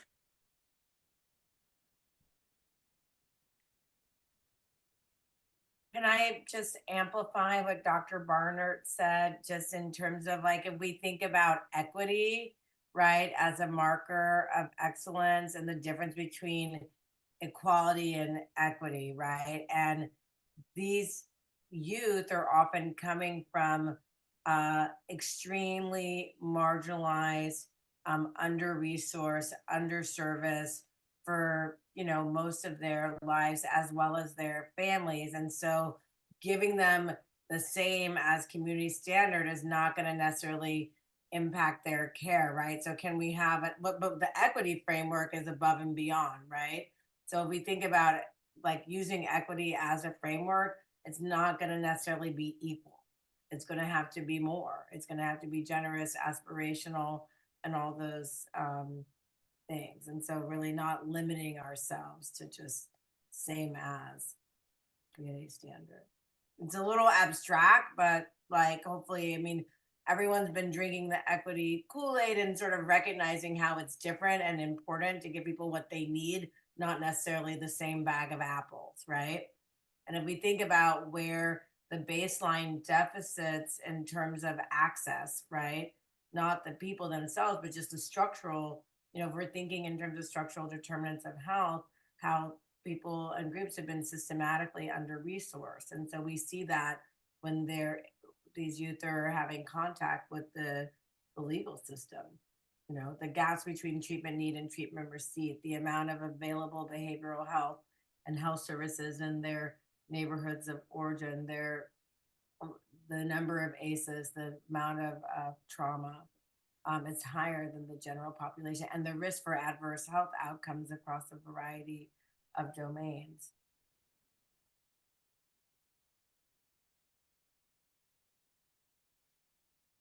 So how would we capture that in terms of recommendations in this section for the scope of healthcare?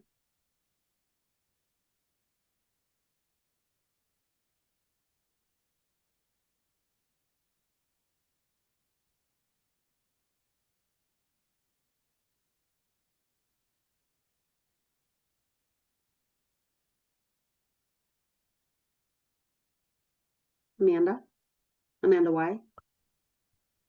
It seems that there could be room just to make a few modifications to the existing language to incorporate what we're talking about, because it talks about shall be provided, and that's different than may, within the facility, and delineate those services that shall be available through community providers.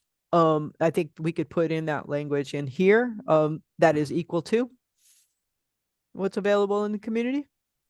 And then it also does talk in number 2, we could change instead to avoid preventable deterioration of health, to address any of the preventative types of services. Healthcare shall meet the minimum required to address emergency, and prevention. Healthcare people help me out with the language, but I think, to me, I think those are spots that could make those changes that we're talking about.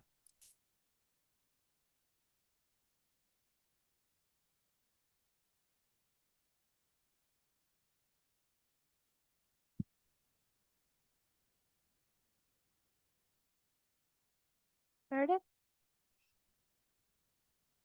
I'm hoping to just make sure I understand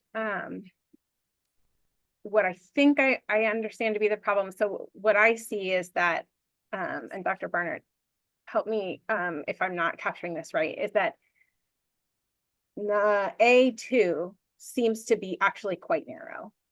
It doesn't actually look at holistic healthcare that a young person deserves, regardless of whether they're confined or not, and say, if they're confined, they still should have holistic healthcare. It's narrow, it says emergency, acute, and avoiding preventable deterioration, whereas we want something that is like addressing all treatment needs that either were identified before the young person came into the facility or identified at the facility. Am I understanding correctly? Like something more comprehensive, basically. Yeah, exactly. So the issue is the preventable deterioration. Like we want to do better than that. We want to help kids get on a healthy trajectory and give them the best chances possible. So I think instead of preventable deterioration or keeping it and adding health promotion or comprehensive health care services. And then I also think in A, like that, it maybe in that overarching paragraph of A, maybe that would be the place to include at the community standards. Like I believe it was Amanda who suggested that. And I would say at least at community standards, because you don't want to regulate that somebody can't do better than community standards.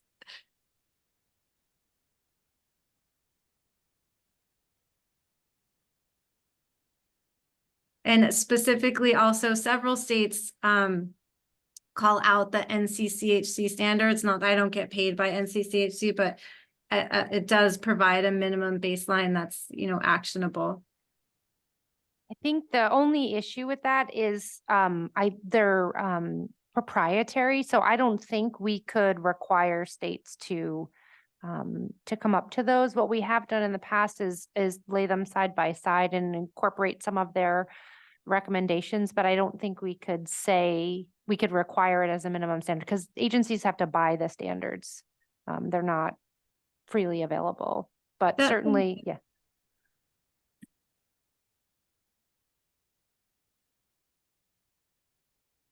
Melinda? What about the American Academy of Pediatrics or Medi-Cal standards on prevention? Those are alternatives, and I don't think they're proprietary. Or maybe you could explain the differences in this. And can I just also say, avoid preventable deterioration seems like such a backwards way to talk about this. And if we could talk about offer appropriate prevention, screening, diagnosis, and treatment services. Put it in an affirmative way. I agree. I think that language is really, I don't know, just sad. The deteriorate, you know what I mean? It's just deficit oriented. And I like the idea of health promotion and well-being, And we can definitely work up that makes a whole lot of sense to change the focus from negative to positive. Melinda, I wasn't sure. If you were asking, are you asking the healthcare people about the APA or AMA standards? I was asking you and the healthcare people. You had said the NCCH standards are proprietary, and we have the language. One is community standards. The other would be American Academy of Pediatrics. Another would be Medi-Cal. So those are three variations I think we've all talked about. And if the medical professionals have a vote on this or a suggestion, that would be terrific. I can tell you that we have, if there's a recommendation where there's a best practice in one of the medical organizations, we have incorporated those into our language because they aren't like NCCHC. So certainly if there is, and we try to do that as staff too, if there's a recommended best practice that fits into these regulations that came from one of those organizations, we can absolutely incorporate that type of language. And if there's like, if we need to look into something else or see if there is some kind of language to incorporate, we can look into that too. Or if somebody has one at the ready, we can certainly take a look at those too. We are relying on all of you for that subject matter expertise and best practices information. I don't know if anybody has any recommended language or can point us in the right direction for this particular regulation or others. Like I said, we've used language from those organizations before.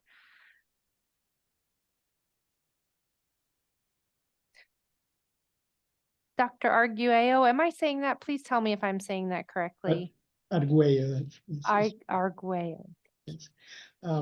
Yes, I agree with Dr. Barnett, and we need to make some changes to the language. One thing that I'm reading and maybe I'm not really understanding is the level to address. Okay, and and we talked about preventive, prevention. I'm sorry, emergency, acute.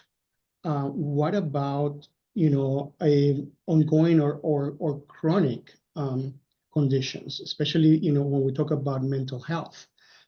This only addresses a very specific conditions and disorders to address. Emergent, acute, but what about just ongoing chronic conditions that the youth may have? And of course, we have to add the language about the prevention. The other thing that I wanted to recommend is that when we are talking about community standards, as you mentioned, we need to look at national organizations. At least I would say that for mental health, the American Academy of Child and Adolescent Psychiatry guidelines for the treatment of psychiatric conditions should be something that we could look at.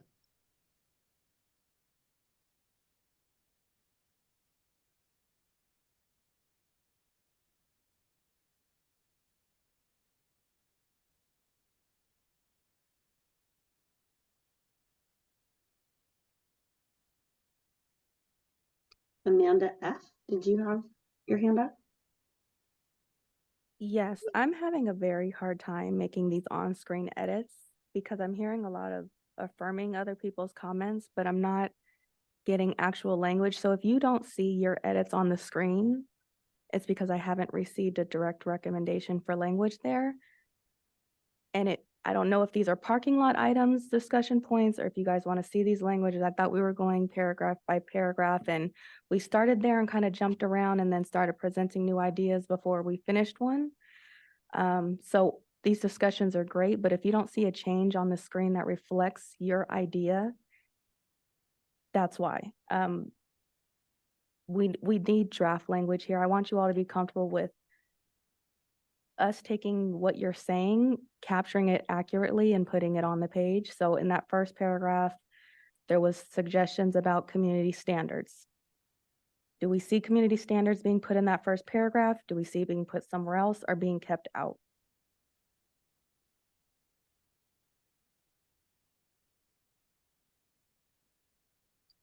I think I heard, and again, anybody can jump in. Oh, Dr. Barnard, did you want to jump in or do you want me to jump in?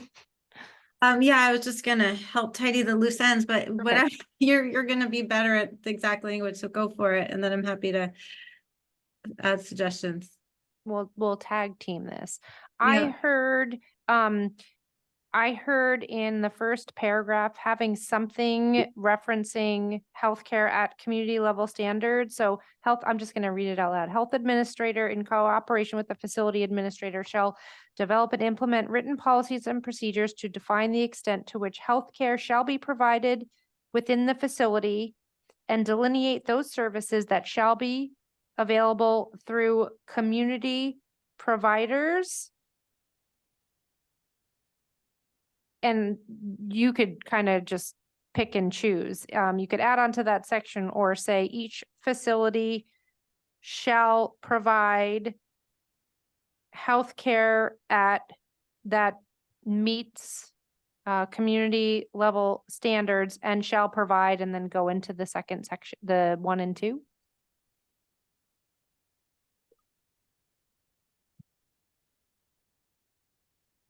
Yeah, and then if we wanted to be specific about the community standard, I think I would say like such as set by the American Academy of Pediatrics, and the American Academy of Child and Adolescent Psychiatry. So that's what I suggest for A. Oh, are we on sorry. Sorry, Allison, where did you say you wanted that? So I didn't catch where that no community standards fits worries. in. No, and I was kind of babbling. So what about if you start with shall be available through community providers and shall be equal right there. Yep, and shall be equal to the community standard level of care. And then Dr. Barnard, you give a specific. Yeah, such as set or established by the American Academy of Pediatrics and the American Academy of Child and Adolescent Psychiatry. American Academy of Child and Adolescent Psychiatry. And then for A2, what I would suggest is after acute symptoms, as Dr. Arguello suggested, adding chronic conditions. And yeah, so just comma after the word symptoms. And for consistency, you might say acute and chronic conditions instead of symptoms. So replace acute symptoms and or conditions with acute conditions. Acute and chronic conditions. And then I would suggest with the preventable deterioration aspect, I think we should, because that's negative and we want to move towards health promotion. Let's see, to ensure health prevention, health promotion, or I don't know, someone have a better idea? I think you're on and promote. Could you do, I could be making words up, like I play a doctor on TV. Promote preventative, oh, no, I lost it. Instead of avoid, promote preventative something. And provide preventable health care. Is that a word? Is that a thing? Preventative. Did I make that up? A thing. Preventative health care is a thing.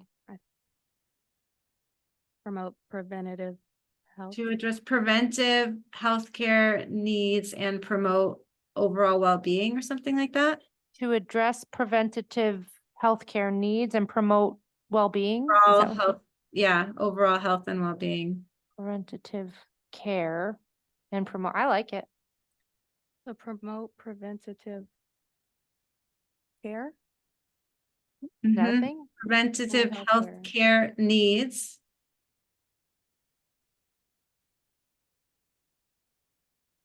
And promote overall health and well-being. Sure, it's great. Thank you. That one thing though, it says the while in confinement. So the idea is that you're trying to, a lot of like and I tell the kids, if they're 17 and I'm treating their blood pressure or their high cholesterol, it's not because they're going to have a heart attack when they're 17, it's because they're going to have a heart attack when they're 40.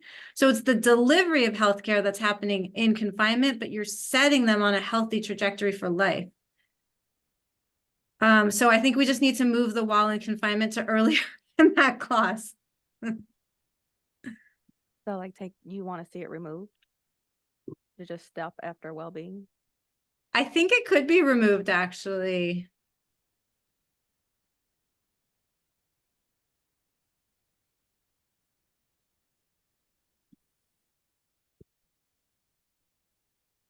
The one question that comes up for me with the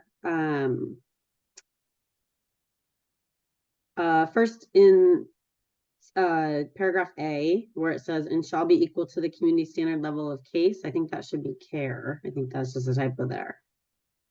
Such as those established by the American Academy of Pediatrics and the American Academy of Child and Adolescent Psychiatry. Do we need to have a footnote to tell people where to find those if people don't know what those are? And is the expectation that all facilities are calling those out in their policies? Is that the intent of putting that citation in there? Do you mean for the American Academy of Pediatrics? Pediatrics and the American Academy of Child and Adolescent Psychiatry. So I'm looking over at Ginger, because one of the things that if we reference any document in regulation, we have to provide them as incorporated by reference. Right. And just again, looking at terms like such as, that's sometimes OAL has issues with not as strong language, like not examples, right? So I don't know, I'm looking over at Ginger a little bit because we have to be careful not to suggest something. Like if we're going to require it, we have to incorporate it by reference. And we can't make like a best practice recommendation that we can't inspect for, right? So when you say such as, does that mean that they could use NCCCH and the inspector would say, that's okay? And I'm looking over to Ginger to help me out here. And then we see Amanda, why? Yeah, so when we adopt regulations, we need to either provide a specific reference to the code where that law exists, or if it's a document, we have to provide a specific version of the document. But if somebody has those references, you could send them to us later. It's not necessarily something that we need to have at this moment.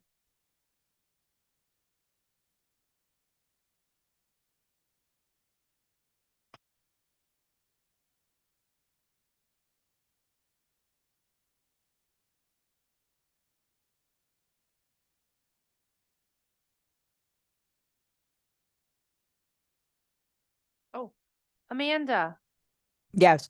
My concern with the use of pediatric specific language is that it doesn't capture the secure youth who are over 18. I mean, kind of by default, but it may be too narrow for what we're talking about. I think the sentiment is there, but I just wanted to throw that out there. Yeah, it doesn't include the entire population that we have in facilities. Correct. Where is, may I ask the medical providers? I know I try to sound cool and use the term community standards of care. Is that defined anywhere, or is that something that's, is it defined in the community, or is it an actual term of art that like when people say community standards of care, everybody understands what that means? I think I understand what that means, but can you help us out a little bit? I see Dr. Barnard has her hand up. Sure. Yeah. So not as a lawyer, but the way doctors understand it and the way the correctional health field tends to use it, it means the same care, the same quality of care that a kid would get in the community. And there's not a document that says this is the level of community care.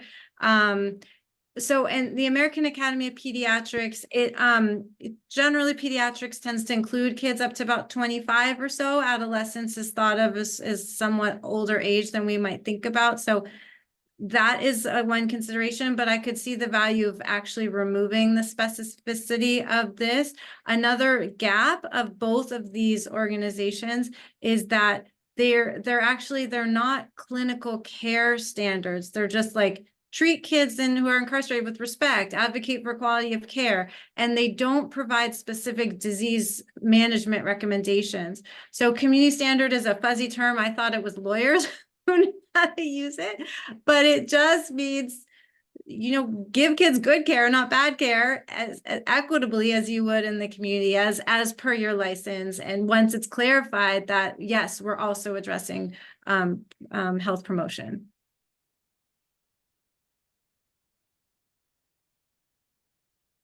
So maybe it is okay to have shall be equal to the community standard level of care, period.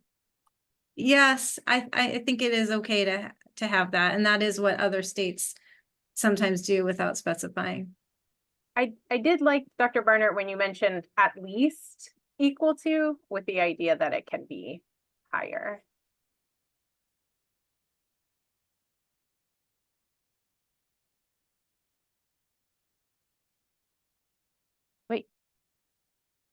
Wait. Shall be at least equal to. Whoa. Oh, do I have my mic on? Oh. Mic off? Turn it off? Oh, wait, is it on? I'm confused. Sorry, signals inside the room. Shall be at least equal to the community standards level of care? Is that what you're recommending, Meredith? Yes, I think the idea is to set the floor.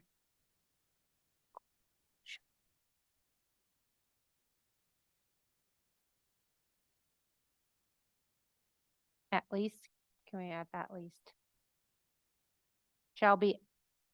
Oh yeah, no, take Sorry, out my mic that, wasn't take on. out the, yeah, take that out.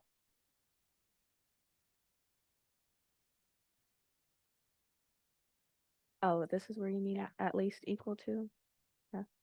Okay, I see your head nod. Thank you. How's that?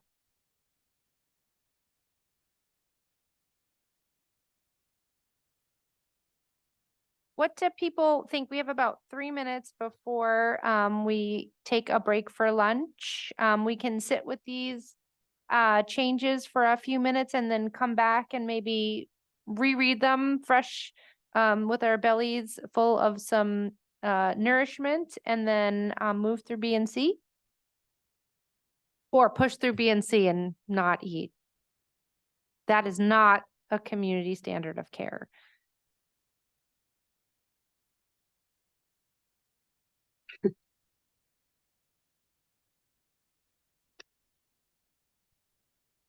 Eat lunch? Yeah, I'm fine either way. Kristen, what do you think? Why don't we break here for lunch? We'll come back fresh. Oh, Melinda, you're on mute. We can't hear you. I'm wondering, could we do a half-hour lunch instead of a full hour? That I'm going to ask you all to vote on that. What? I'm fine either way. Oh, you know what? Our agenda says, when Ginger is reminding me, we have to follow our Bagley-Keene processes. We actually have to, counselor, we have to keep our we have to keep our 1 hour lunch. Thank you, Ginger. Ginger keeps us in line. So yeah. Thank you. So we'll see you all in an hour. And to members of the public, we'll just jump back on around 1 o'clock and we'll jump in. Thank you so much, everybody. We'll start trickling back into the Zoom room and get started when we reach a critical mass here.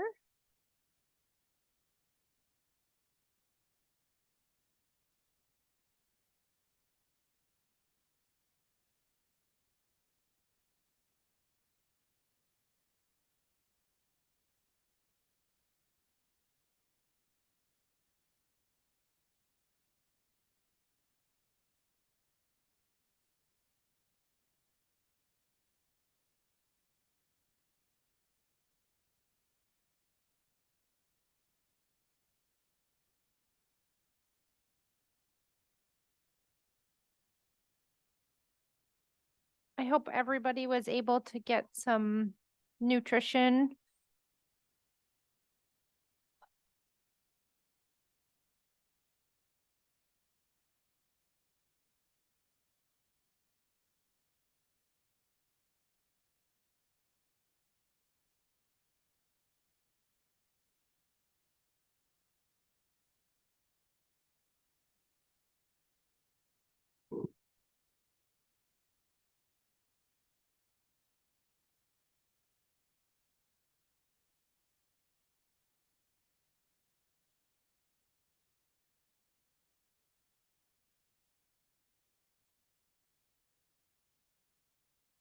As people trickle on, I just want to make sure that as we go through and make recommendations, when there's a lot of recommendations, we're not going to be able to necessarily capture all of them on screen.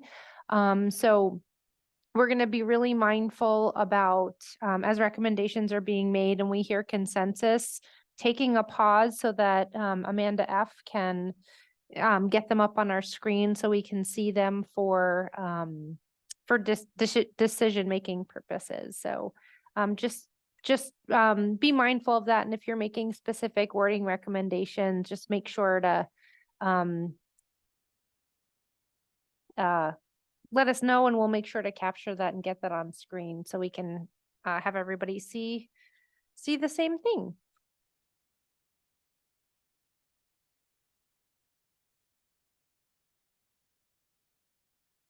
Let's see here. I don't know. Looks like Dr. Bath has not joined us yet. Hopefully.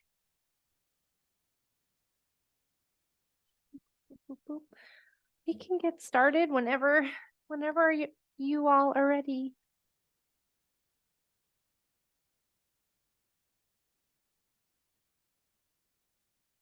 I think we mostly got through scope of healthcare. We can start with B, section B in scope of healthcare. Allison, sorry to interrupt, but I think in the attendees list, I see, oh, never mind.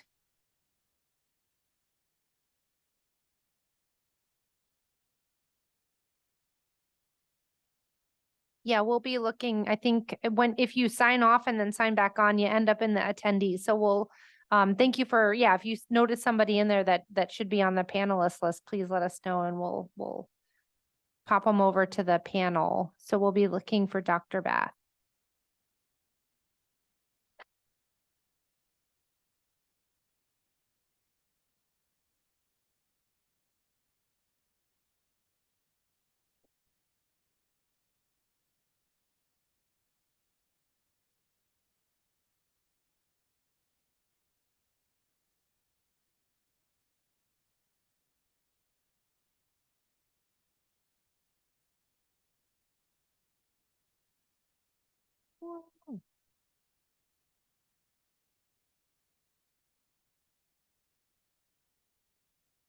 Are we ready? Okay. We'll start with section B then. When health services are delivered within juvenile facility, staff, space, equipment, supplies, materials, and resources shall be adequate to the level of care provided.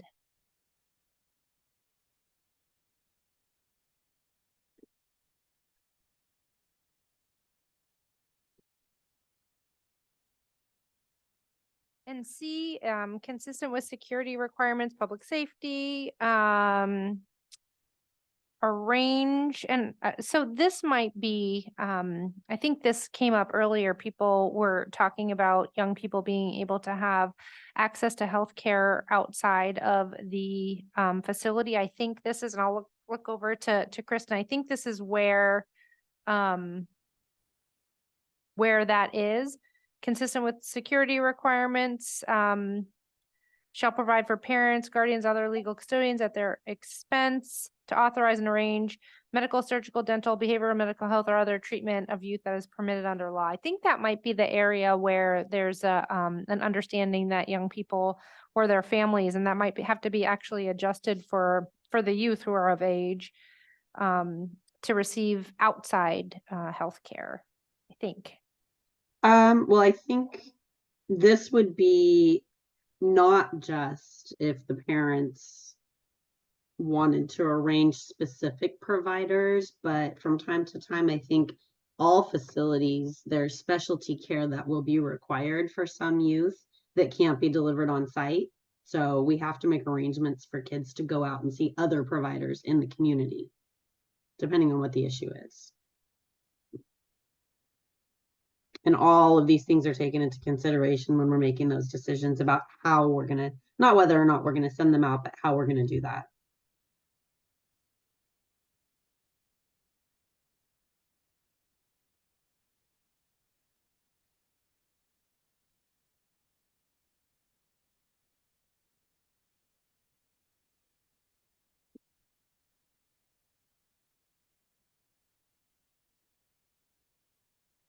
Any feedback or comments, questions, or recommendations on sections B or C?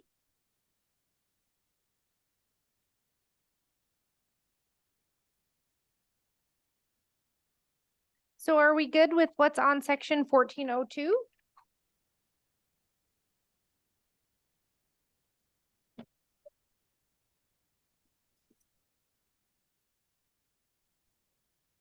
Okie dokie.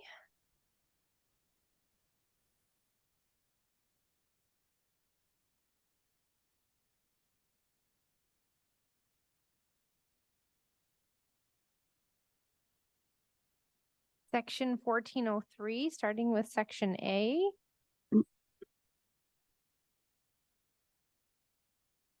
this is about healthcare staff conducting their own monitoring and audits, collecting data, and submitting summaries to the facility administrator.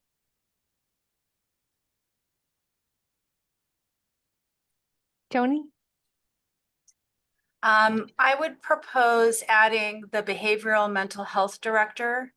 Here I have proposed language. I'll just pop it in the chat. Because I think later on,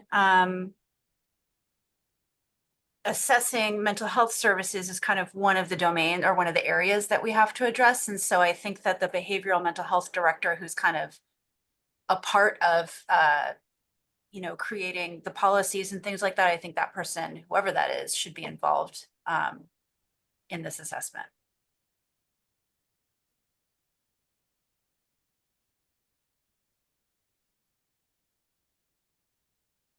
Can I ask one question before you speak, Nayeli, if that's okay, just about Joni's recommendation? I'm going to type it in here on screen. And I just have potentially, so I think the intent is that you want the health administrator to be in cooperation with the behavioral mental health director and the facility administrator. Is that right? Or you intended for it to be health administrator, comma, behavioral mental health director, comma, in cooperation with? Sorry, I can put it on screen if that's more helpful.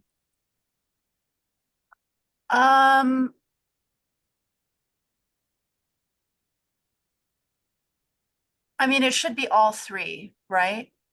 The health administrator, the behavioral mental health director in cooperation with the facility administrator. I think it should be all three.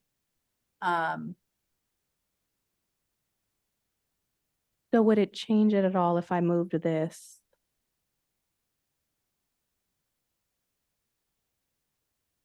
Oh, I think that's fine. Yeah. Okay.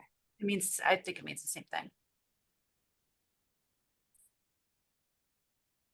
Thank you. And Nayeli?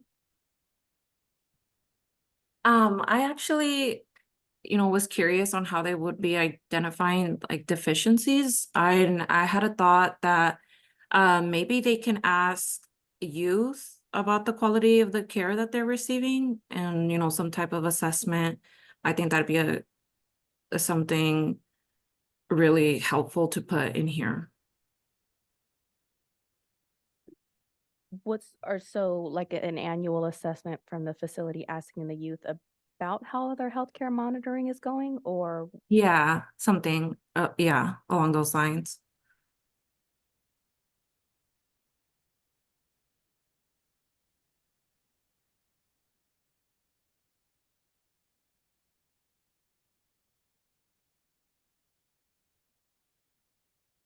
so are you meaning maybe in subsection B where they're required to do the annual assessment, seeking input from the youth in that aspect?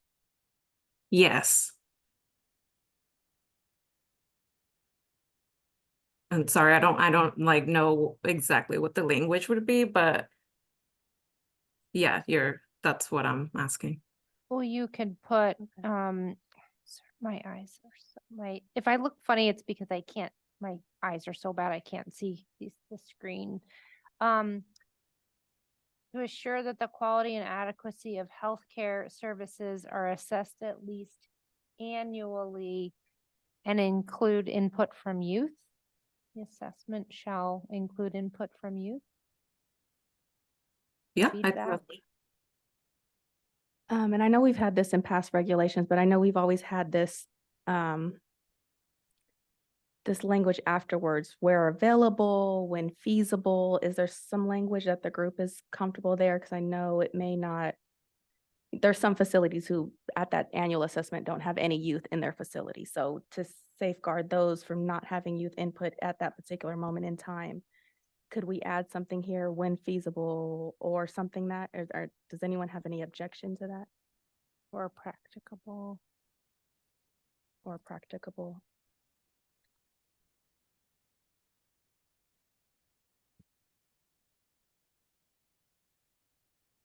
Okay, I don't hear any I mean, objection. I think it should be when youth are the goal is to capture when youth are present and to excuse the facility when youth are not there, right?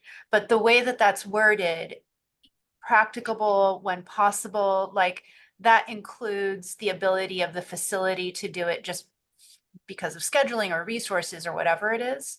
So I mean, if the goal is to capture, is to acknowledge there's a situation where youth may not be present, I think we need to word it a little differently. How about shall include input from youth who are present or youth who are currently committed or something like that? My only hesitation would be if there was a facility who tried to build in a preventative measure where they were maybe taking input throughout the year as opposed to one point in time. That it may not capture the opinions of youth that are in custody at that moment. But maybe I'm overthinking that. But could you just put the assessment shall include input from youth housed in the facility?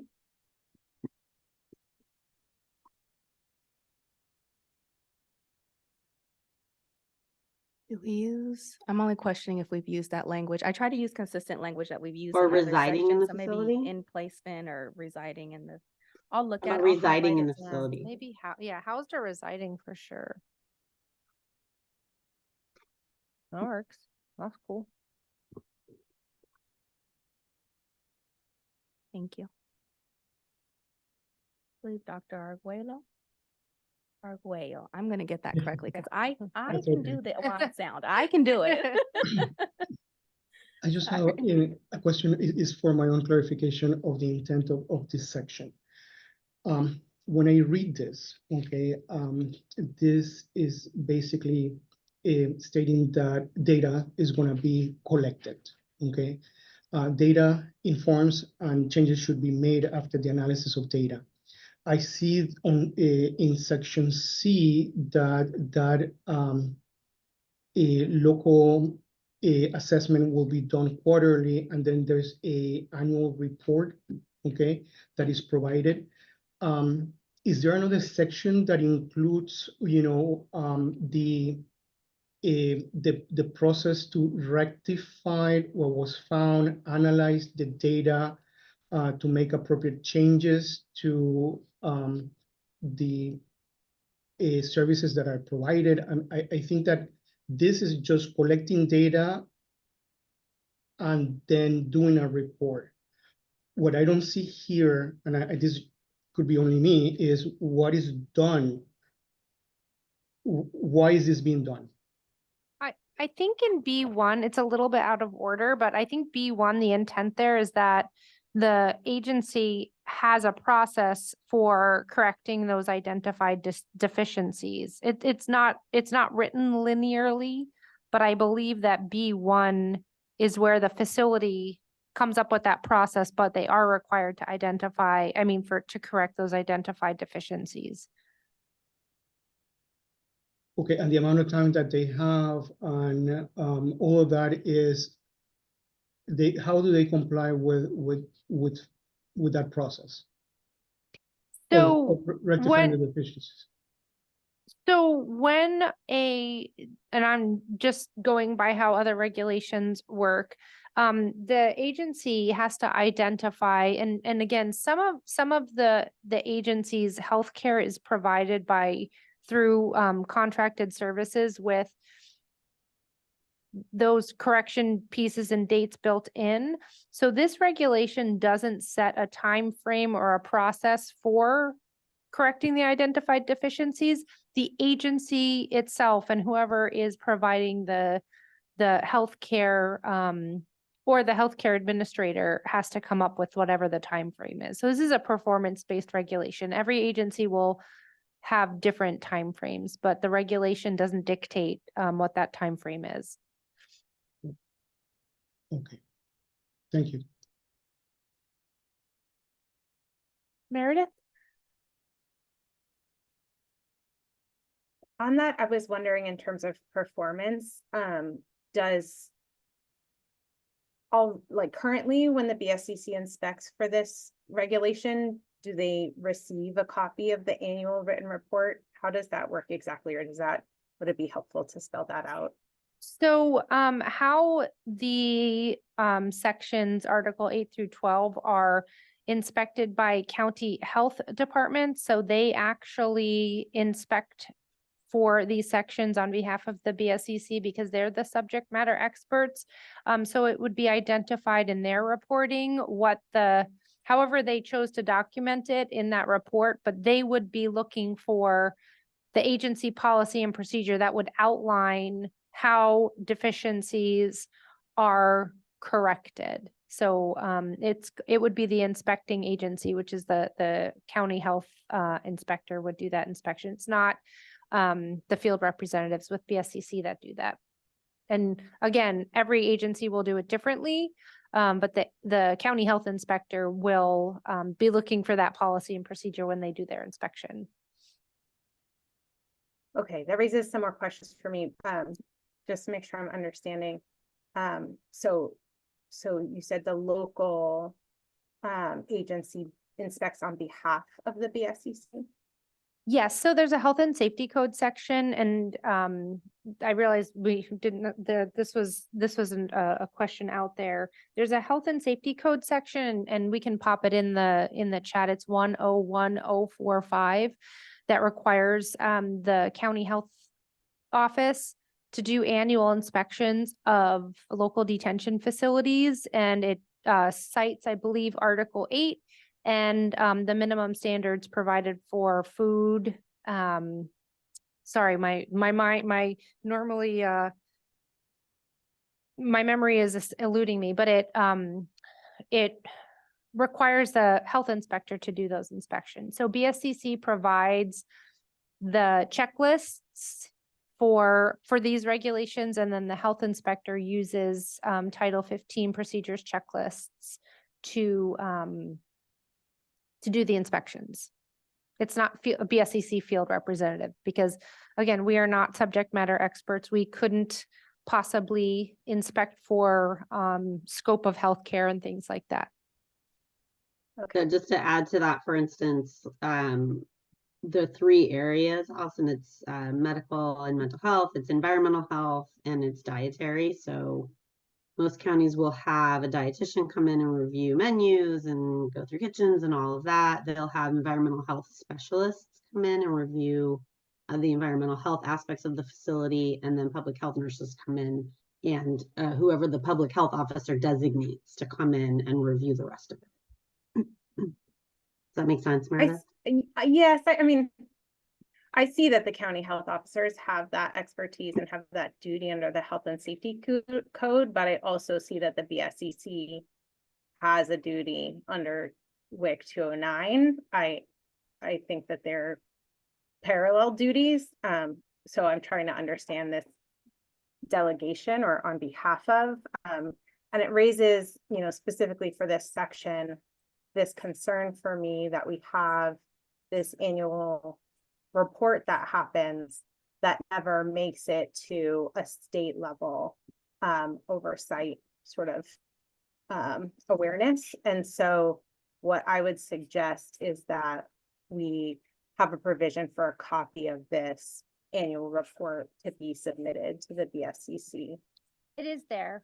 Yeah, it's part of the inspection report. It goes. So oh, sorry, Kristen, it's in the health and safety code section that they send it to the BSCC.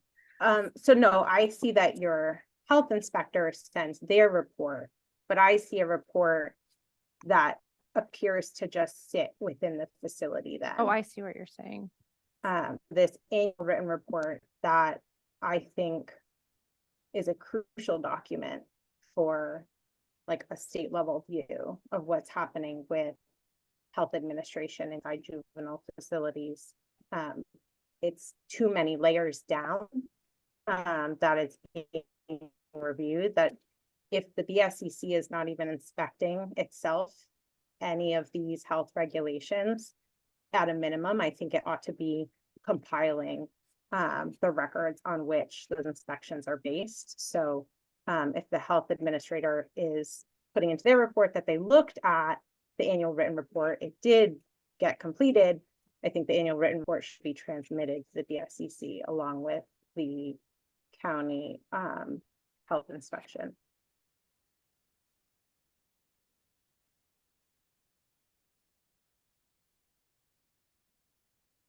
So my would be to have that transmission obligation.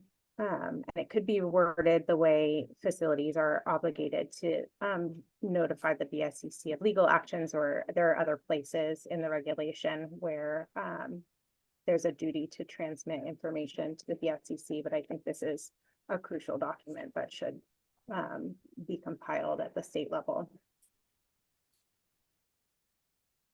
Well, you could add a section B3 that says this annual report, or add it after A, the annual summary shall be submitted to the BSCC and to the county health officer pursuant to 101045. Sure, I think it could go under, I mean, I'm less familiar with what the data in A looks like. I was looking at B2, the annual written report, which I assume is based in part on the data, that should be provided to the BSCC and the health officer as you described.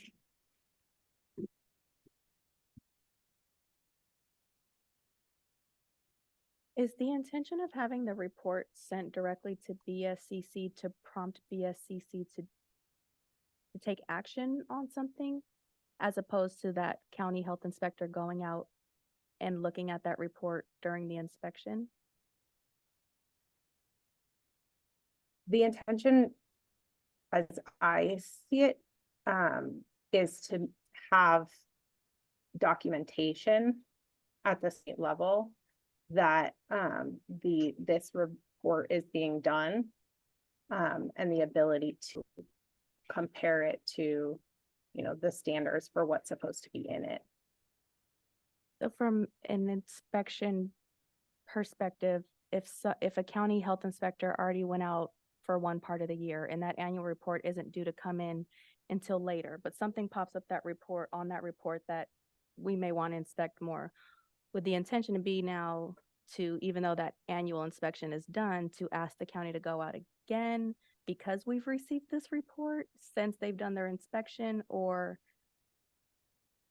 I'm going to struggle with that because I don't see the BSCC meeting its obligations under 209 if it's not inspecting under these sections. But what I can say is, to me, it would fall in the category of whatever the BSCC does when outside of its normal inspection cycle, it receives information that there's non-compliance, it would fall into that sort of response category. It's my understanding that the BSCC will periodically do unannounced inspections or whatever it might be. That seems to me would be the appropriate agency response when the BSCC receives information, however it receives it. Well, and Amanda, I can give you an example. So for instance, when we have our annual inspections, we always have, as part of that, we don't have a licensed pharmacy, but we have a pharmacy room. So we have, as part of our annual written summaries, we have a pharmacy report, right? So we have a written report that has an audit of our pharmacy that delineates out all aspects of how that is run. There have been occasions where that report hasn't been available yet when the county comes in to do their inspection of our program. So there's just a notation made, report to follow, or report is due October 27th. Maybe they were there September 30th, right?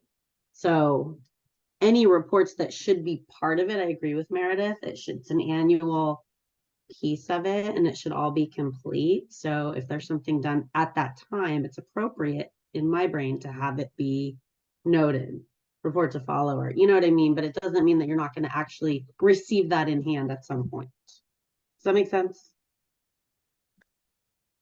That makes sense to me, and that's a way to like capture that the timing might not always match up. Right. But if we have that transmitted to the BSCC, then it is a very good comprehensive like way for the BSCC to hold that this information was collected and the regulations complied with. So I know the BSCC is posting its local inspection reports, and it seems really easy and appropriate for in those local inspection report drives to include this annual report. So do you see after section A, collect statistical data, submit at least annual summaries of healthcare services to the facility administrator, period? Oh, or and, either or, where it says, such annual summaries, these annual summaries shall be submitted to the BSCC and the local health officer?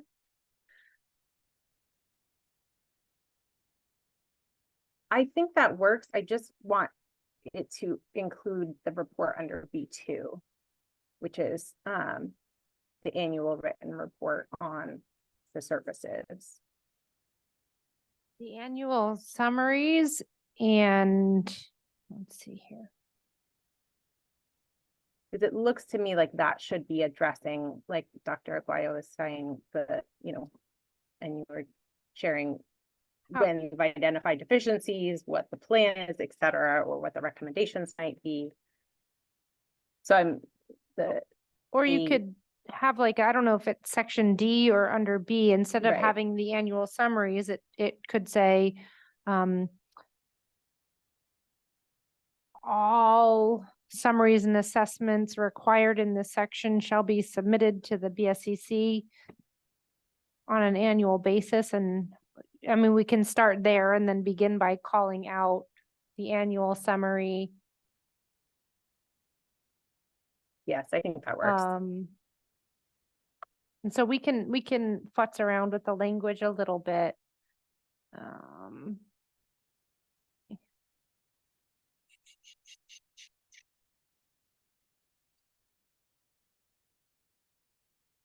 So, well, yeah, I'm trying to read it all because it talks about statistical data and annual summaries of healthcare services to the facility administrator. This is not a well-written regulation. I'm just going to go ahead and acknowledge that. It could be written a little bit better. So understanding, and we find this a lot as we go through in a comprehensive way, if we go through these regulations, So we might end up reordering it so it makes sense because it should follow. They need to collect statistical data. They need to complete annual summaries. They need to have a process for, this could be really much better written. So if we can maybe offline, write it in a way that's a little bit more linear and then make a requirement that any written summaries, assessments, reports are submitted to the BSCC and the local health officer. That would be helpful to my brain. I don't read it. I don't see it as it's written now being in a linear fashion. Would that be okay? Yes, that sounds good. Thank you. And then we'll make sure to capture all the changes. It's a wacky, this happens from time to time as we go through. We realize that we need to rewrite something to have it make more sense. Well, I think B is specific to that the assessment needs to happen annually, and B2, like Meredith said, is specific on the report. And I think that's why she suggested the report needs to be submitted annually and putting that in B2, because B by itself is just saying the assessment needs to happen. Okay. Yeah, whatever looks the most A alike. does have an annual summary as well. So the way you were describing it, Allison, made sense to me to put it in D. So it captures the annual summary of A and annual report of B2. So but I defer to your wordsmithing on consistency and making it make sense. Should annual summaries be changed to assessments so that we're using the same term? Or the written report, because it seems like you said there's summaries, there's assessment, and there's written report. And it seems like there's an assessment and an annual report that's done. Summary seems very vague to me.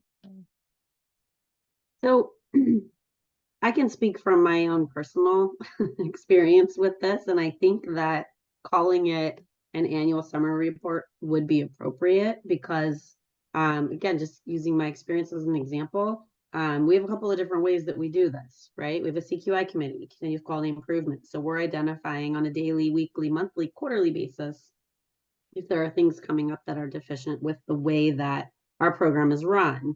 We then have our pharmacy audit, right? So that's another way that we look at what's happening in our pharmacy room. How are our MARs? How are our charts? Is everything matching up?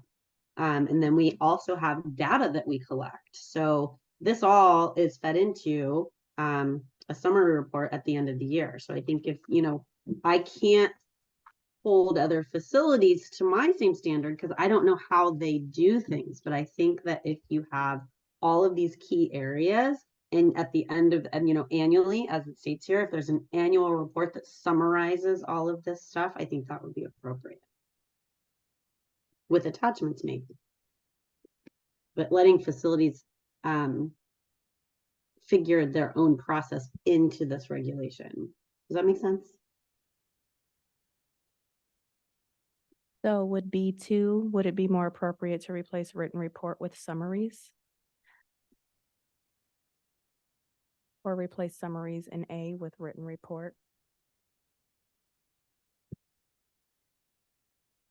I would not replace written report with summaries because B1 is much more detailed. It's more of an analysis than a summary.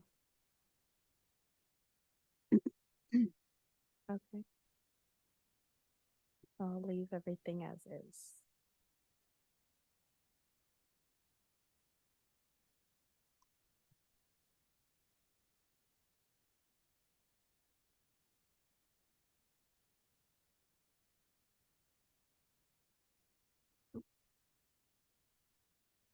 There aren't any rebuttals or any other recommendations for this section. Kristen, I think we can go on to the next.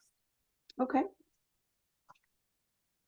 The next section, 1404, is healthcare staff qualification. Oh, wait, I'm sorry. I thought we were still on paragraph A.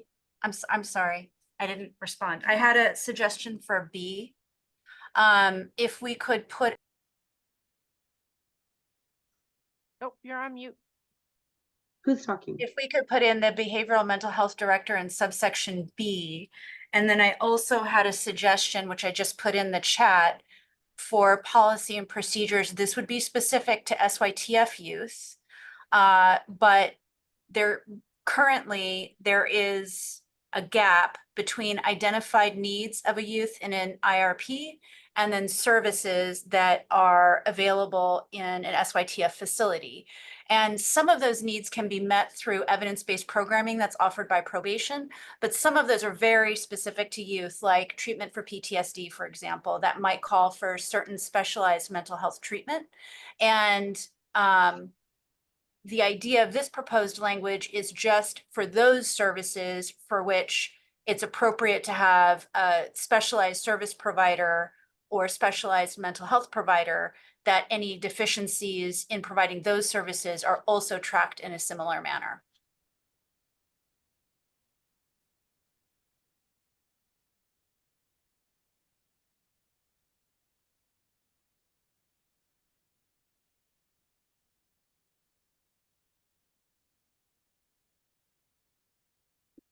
I'm just typing it on screen so members of the public can Yeah, see it while we're and discussing. my thought was it would be like a separate subsection, like a sub 2 or a sub 3. Oh, okay, sorry. Yeah, no, that's okay. Let me take that.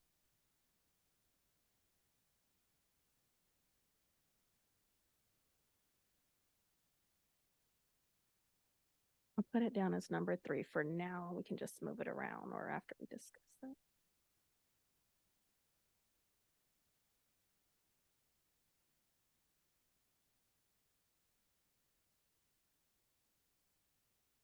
I just want to be clear that B is talking about, so you're looking for separate assessment that's done annually to ensure, so the assessment would ensure that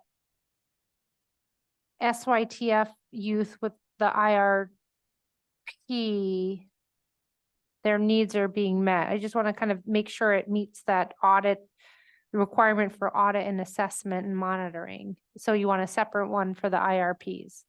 Well, so the way I read B is that there is a group of individuals at the juvenile hall that has to establish policies to assure quality, right?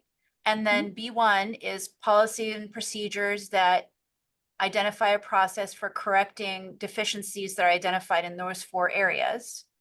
And the idea was to kind of mirror that, but have it be specific for services that are targeted for SYTF youth that are outlined in their IRP. So they're identified court-ordered services that are not being met. If there are deficiencies that are present in providing those services, that those deficiencies are identified and a process for correcting those deficiencies is developed.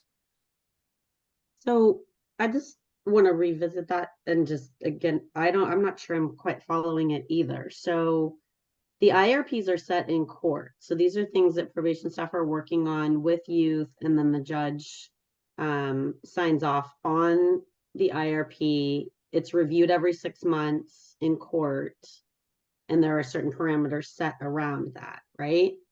So that could include a number of different things that health services staff aren't always going to have input on, right? Right. Well, we could, Okay. I mean, this is in the realm of, the way I read this is in the realm of what we've labeled healthcare services, right? So it's already limited to medical, mental, dental. It doesn't include vocational training. I agree. I'm happy, but I think when we're talking about specialized mental health care or mental health services in particular, that there needs to be some mechanism to assess whether or not those needs are being met. And it should be done by the medical professionals in the facility, because probation isn't equipped to, probation doesn't have access to the information and is not equipped to evaluate whether or not a kid is getting appropriate PTSD treatment, for example. But Fred, I guess my ultimate question though is, do we need a separate section for that, or is it enough that we're calling it out in B1? No, I think there needs to be a separate and specific section for SYTF youth. And just the way the framework of the SYTF structure is so very different from what a typical juvenile hall like adolescent stay is supposed to look like. And this process of, you know, the IRP and identifying a kid's treatment needs and reducing it to a plan and having it be so specific and individualized to each youth, I think requires that a level of cooperation between mental health and probation and the other community-based organizations, that it's really critical that we have some way of assessing, of both evaluating and assessing whether or not those services are actually, those needs are being met. Of course, and that makes a lot of sense. I appreciate what you're saying. I guess my other question comes up as I'm listening to you in terms of, you know, there aren't just, to my experience anyways, that there aren't just two designations of youth in the facility. There's not just pre-adjudicated and then secure youth track. There's also kids that are there serving straight time. So like in the facility that I work in, we have some kids that are not secure youth track. They're straight time and their needs are the same, right? So we have kids that are there serving substantial sentences that we're providing medical, dental, mental health, at all for those kids. And so I appreciate the differences between the programming that's put in place for secure youth track. I just want to make sure that we're not backing ourselves into a corner with this, and more importantly, that we're taking into consideration all facilities across the state when we're putting this framework out. Does that make sense? It does. And I think that your concerns are covered in subsection 1. I mean, that's kind of what you're saying, right? Is that medical, mental, dental health, when you're talking about all youth within a facility, are covered in subsection 1. But SYTF youth are a completely different population. It is a completely new treatment program. The IRP is a different document and a different assessment of a kid's needs that it just is very separate and apart from every other youth that's in the facility. And you know, it's regularly reviewed by the court every 6 months. I mean, it's a completely different beast. And so I think it behooves us to, and it requires this very individualized showing, which in my experience is not what is happening with youth who don't have that kind of detailed microscope put on their individualized needs. So I think it's critical to have some way of assessing whether or not the facility is meeting that individual, that requirement that those individual services are being rendered. Like there needs to be some way to assess that. And I agree completely. I think that we need to keep in mind though, that if we make a broad statement as it's spelled out here, policy and procedures shall identify a process for correcting identified deficiencies, providing appropriately experienced or specialized service providers to address an SYTF youth's individual treatment needs outlined in their IRP. This is being put into a section that is specifically for the medical mental health providers in the facility. And the medical mental health providers are not always going to be responsible for, have access to, or be able to speak to the individual treatment needs outlined in the IRP. There may be certain sections of the IRP that they definitely have input on. So for instance, my staff go to the meetings and participate in the planning around the IRPs, but they don't have the same input, if you will, around the things that probation staff are going to be working on with the youth. So I just think we need to be mindful of what we're putting into this section and how it's going to be monitored for, and how it's going to be measured and evaluated by BSCC.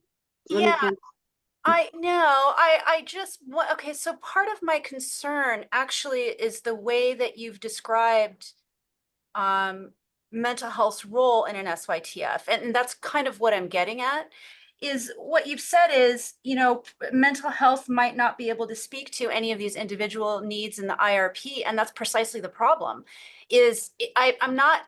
I'm not anticipating that behavioral health's role will be with everything in the IRP, right? Because education, that's a separate department. Some of these Totally. evidence-based programmings are vocational, obviously different department. But when we're talking about specialized mental health needs in particular, who else is responsible for that? It seems to me that in facilities with on-site healthcare staff, and the way we've defined healthcare staff includes mental health, that in those facilities, they're the organization or the entity that's responsible for delivering those individualized mental health services. And that's why we need somebody looking at it saying, are those need, this is the document that tells us exactly what the need is, and is that need being met? And I appreciate what you're saying, but that isn't what it says here. And I just want to bring us back to that, the intent, and maybe we shouldn't use that word, but the intent of this section is, the overall monitoring of the healthcare services in the facility. So, I think if we're going to get really, really specific, maybe that's better spelled out in a different section. I think this is running up against that problem where it's not clear if SYTF rules and regulations are going to be in a separate, section, or if it's going to be incorporated into Article 8. And as my understanding when we started this meeting was that we were going to kind of proceed and incorporate those recommendations within Article 8. And then if the decision is to separate those things out, then we would separate them out.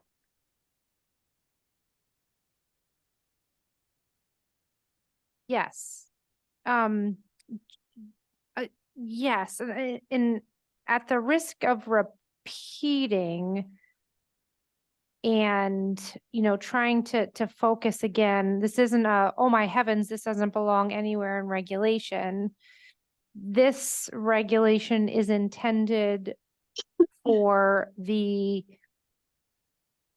facility administrator who is responsible for every aspect of care for the youth to very specifically receive communication from the people providing healthcare on the quality of healthcare, and not that, you could almost use any other type of plan or program and include that in here. I think if you would like to see, and that's a royal you, if there's a need to see something very specific to ensuring that the IRPs are being followed, perhaps that is a separate regulation that would address some of those things. Because again, I know enough to be dangerous about the IRPs. They're not just healthcare related. And I think that's what Kristen is saying. So perhaps some of those things could go into a thoughtful parking lot, for lack of a better word. And maybe there is a separate regulation that deals with addressing any gaps in that plan specifically related to healthcare. For instance, in another section of Title 15 that's operational institutional assessments and plans, there is reference made to case plans for young people, the court-ordered case plans for the SYTF youth. But again, I don't know if calling out identifying the gaps in the IRP needs to belong right here. And I think that's what I hear. Not that it's not incredibly important, but that this healthcare monitoring. Oh, you were just muted. I can't hear you anymore. I'm not sure if everyone can hear me. Okay.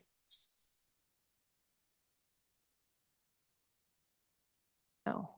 Now I can hear you. Yeah. Okay. How much did you hear? That's a dangerous question to ask. I mean, I think what I'm gathering is the point I'm trying to make is one that is important, but maybe it doesn't belong here, is kind of the overall message that I'm getting. So my request is that we either keep the language in there as like a placeholder, and if it fits better somewhere else, I'm open to that. But I not to beat a dead horse, but it seems to me that this section is talking about assessing data that has to do with healthcare, including mental health care. And this is the appropriate place then to ask for an assessment of healthcare in a new legal particularized setting. I'm gonna, Meredith, I see you have your hands up. I'm gonna ask Amanda F to jump in because she's our brain. So if I'm hearing right, if we do go with one set of regulations, what we're trying to address here is that some of these services that are being rendered may no longer be adequate for these long-term stays. And thinking back to prior ESC meetings, our chair, Chief Haynes, kept bringing up that even some of his population that are not classified as SYTF youth are still long-term stays and may benefit from this further assessment as to whether the services are adequate. So it sounds like, is the assessment to make sure that even if we're applying these services across the board to all populations, it's still enough for these long-term stays? And if so, I was working on some language over here for the end of subsection B1 on whether that adequately captures what problem we're trying to solve. And if I completely missed the mark, that's okay. Just let me know. Just to jump in, I appreciate everyone bringing up that there are youth spending long periods in juvenile halls who may have similar needs to a youth serving an SYTF commitment. But I think it needs to be repeated what Joni said about the IRP. This is a crucial document, and most importantly, progress through it dictates the youth's freedom. So if there is a mismatch between what is identified as a need and what's being offered, that's crucially important for the facility to be auditing at a system level. This is a facility that's purporting to be a treatment facility. There should be a very intentional audit of what the IRPs are saying youth need and what actual treatment services are being offered medically, mental health, setting aside other programming. I feel very strongly that the SYTFs need to be called out and get their own space here because of what they're purporting to offer when judges are ordering these long-term commitments and how crucial these services are for youth being able to get out of confinement. It almost makes it, thank you, Meredith. It almost to me reiterates that type of needs assessment or gap assessment shouldn't be put into this overall assessment of healthcare. I feel like it should go elsewhere where that very specific need can be addressed. But maybe I'm just, because I don't disagree with anything that's being said. I just, and maybe, Joni said it best when let's leave that there for a placeholder and come back to it. And I see that Christy had their hand up. Yeah, I was just also gonna say that another piece that's incorporated into the IRP is also that it's reported to the court. And so the idea of it is that the court also has oversight of the plan, what's included in it, and the actual progress that's happening. So I just wanted to also mention that because now that's another entity that has oversight over essentially a case plan of how we should be serving this youth. and how they're gonna move forward. So I just wanted to remind everybody of that. Would the court hold a facility accountable if they've looked at that IRP and said that they've identified a deficiency, since that's the language we're using, and say, facility, correct this?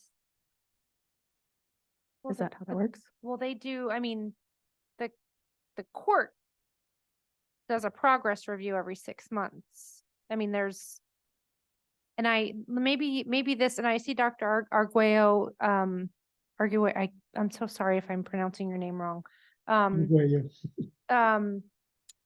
The court does a review every 6 months. So I guess maybe the thing that what I'm struggling with is doing a system level review versus an individualized review, right? Because there is ostensibly, and I mean, in the statute, that the services that are provided to the youth meet the needs that the youth has, right?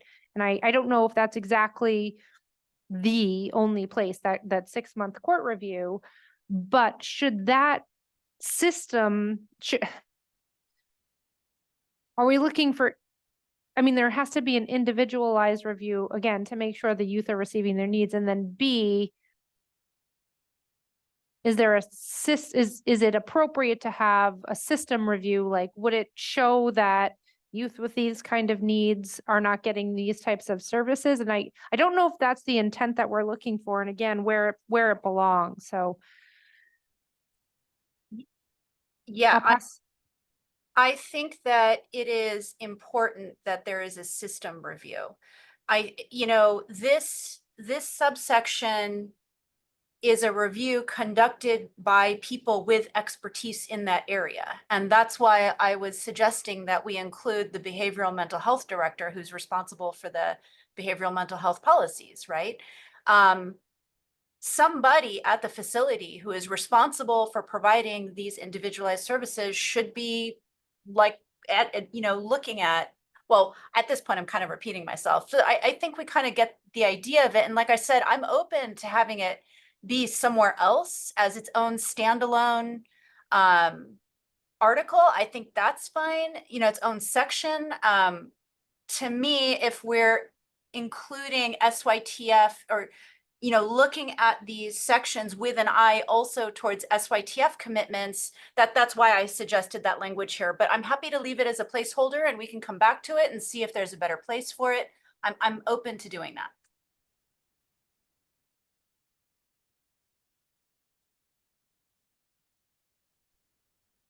Go ahead.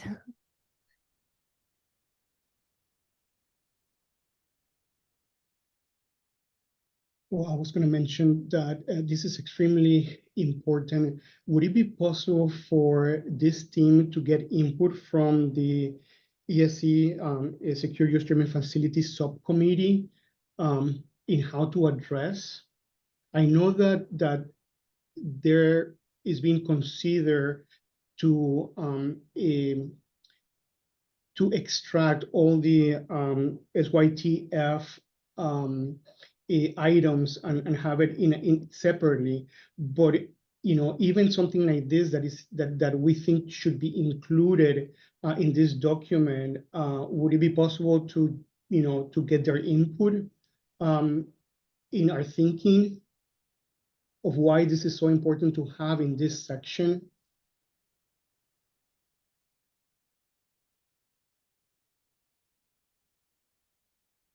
I don't know that the ESC would weigh in specifically on this section. And I think that's what many of us are all struggling with. There hasn't been this decision made that there are going to be one set or two different sets of regulations. And I think we're all saying, and I think we can probably leave this as a placeholder and move on. I think we're all saying the same thing, that there needs to be this assessment. And I hear, it should be system-wide on the very specific healthcare services that the IRP is requiring. There should be a system-wide assessment on a regular basis to make sure that those needs are being met. The question is here, do we call that out in this section? or some other section, and then thinking about the fact that the IRP is a much larger document than just the healthcare. So there's a lot of different layers there, but the ESC really needs this group to weigh in on what revisions should be made to make sure that decisions are being made in the best interests of the youth. I don't know if that's helpful or not, or if anybody wants to back me up on that. I think everybody agrees that there needs to be something. I think the next step is figuring out where it goes. And I think I misspoke. I mentioned the executive steering committee, but what I meant was just the SYTF committee. Oh, sure. But I think, again, just speaking from how the process is going, I think we want to provide them with an option, rather than, or several options. So again, I don't know that we've actually settled on what exactly to do. And again, it makes it a little bit more tricky since there's been no decision, yay or nay on, one set or two sets of regulations. So I think it'll end up in there somewhere. But I think I like the idea of continuing to move through and see if this is the place where it goes, or there appears to be a better place somewhere else. Joni? Sorry. It sounds like then that one of the things that we may be doing is identifying an issue like this and saying, we don't know if it would be a good idea to put it here, or if it should go somewhere else, or if it should have its own section. But the recommendation of our committee is that something like this exists somewhere, and that we make that recommendation to the SYTF subcommittee is what I'm hearing. Is that correct?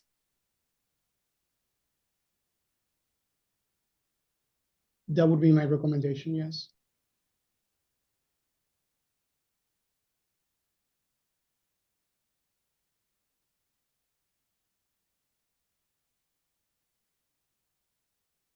Oh, you're muted again, Allison. So we have options depending on what the group eventually decides. We all agree it goes in there. We don't know if it goes here or its own regulation. And if there's a separate set of regulations problem taken care of.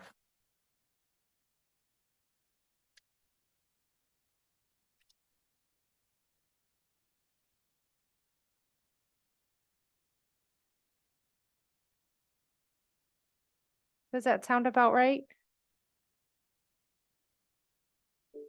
I think that sounds about right. Okay. Are we moving on to 1404?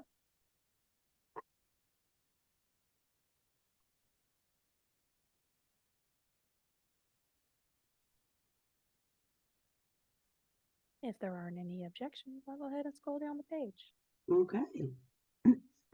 So we are on to healthcare staff qualifications.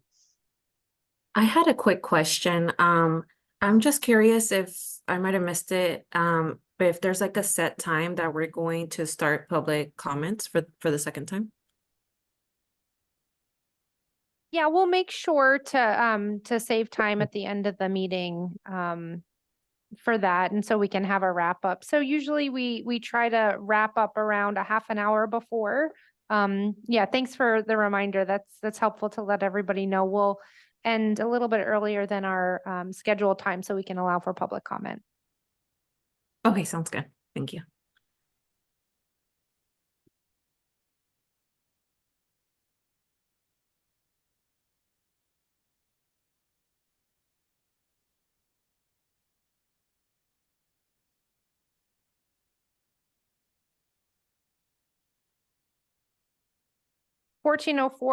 Healthcare staff qualifications, and I know this has come up a little bit before.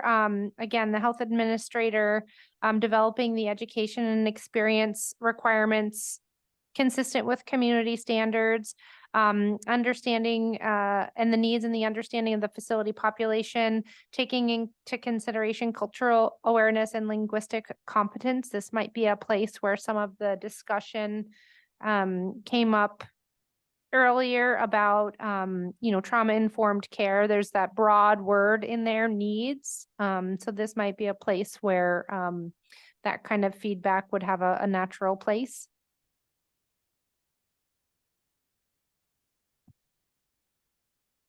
Yeah, I agree. I definitely want to see the words trauma informed care, some type of requirement, um, that health officials should be trained in.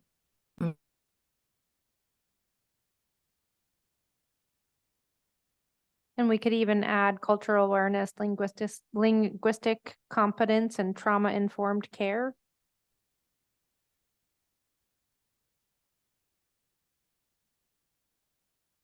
In section A. So section A talks about at the time of recruitment, Oh, that's true, yeah. right? So do we want to allow for training? Do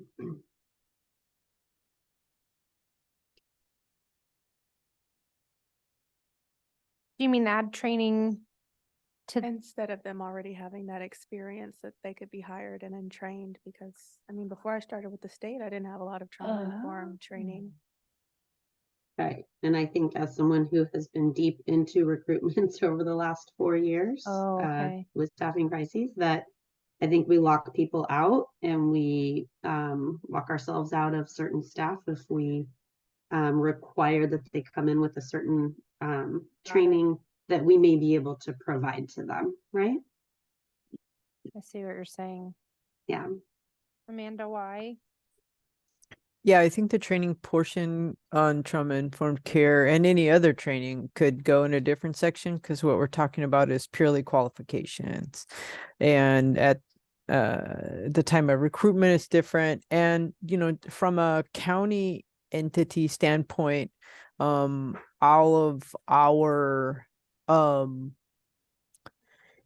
of our hiring processes have set minimum standards for job description, qualifications, any contract providers that the county hires has these caveats for cultural and linguistic appropriateness. There's training requirements once in order for contract staff. So I think just I read this section to be, on its surface, to be solid, because a lot of these things are already built into the hiring process, and contract requirements. I think the training should probably best go someplace else, or in an additional section in here. I'm just gonna put it on the screen for discussion purposes, just FYI.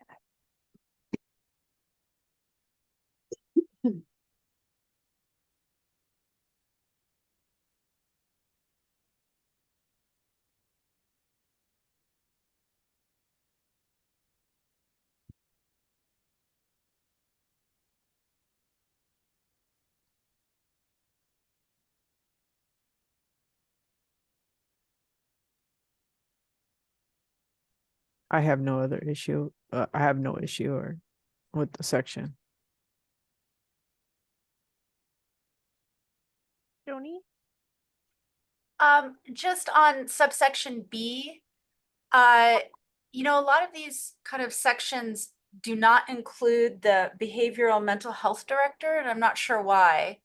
But I would just suggest that the behavioral mental health director be included there, kind of like in the last section. Yeah, I think, again, we will get to the definitions. I think, again, the intent to use consistent language, the health administrator is often healthcare people, and especially Kristen, who is in that realm. There has to be one healthcare administrator that oversees all of it. Not every facility has on-site mental health, behavioral health care. It's something that's contracted out with. So the health administrator, it sounds so, omniscient. But I think, again, that's just so the regulation can give one person responsibility, and not bifurcate it. I don't know if I'm saying that right, but that's been my experience with the regulations, and why there's a definition for a health administrator that then feeds into responsible physician and behavioral mental health director and those sorts of things, just for org chart purposes, which is really bureaucratic and boring, but Right. I don't know if it helps. Well, no, and I think you did a good description there, Allison. I think for purposes of this section, the health administrator, for all intents and purposes, is the agency person, the designated individual who's responsible for making sure that, like in subsection B,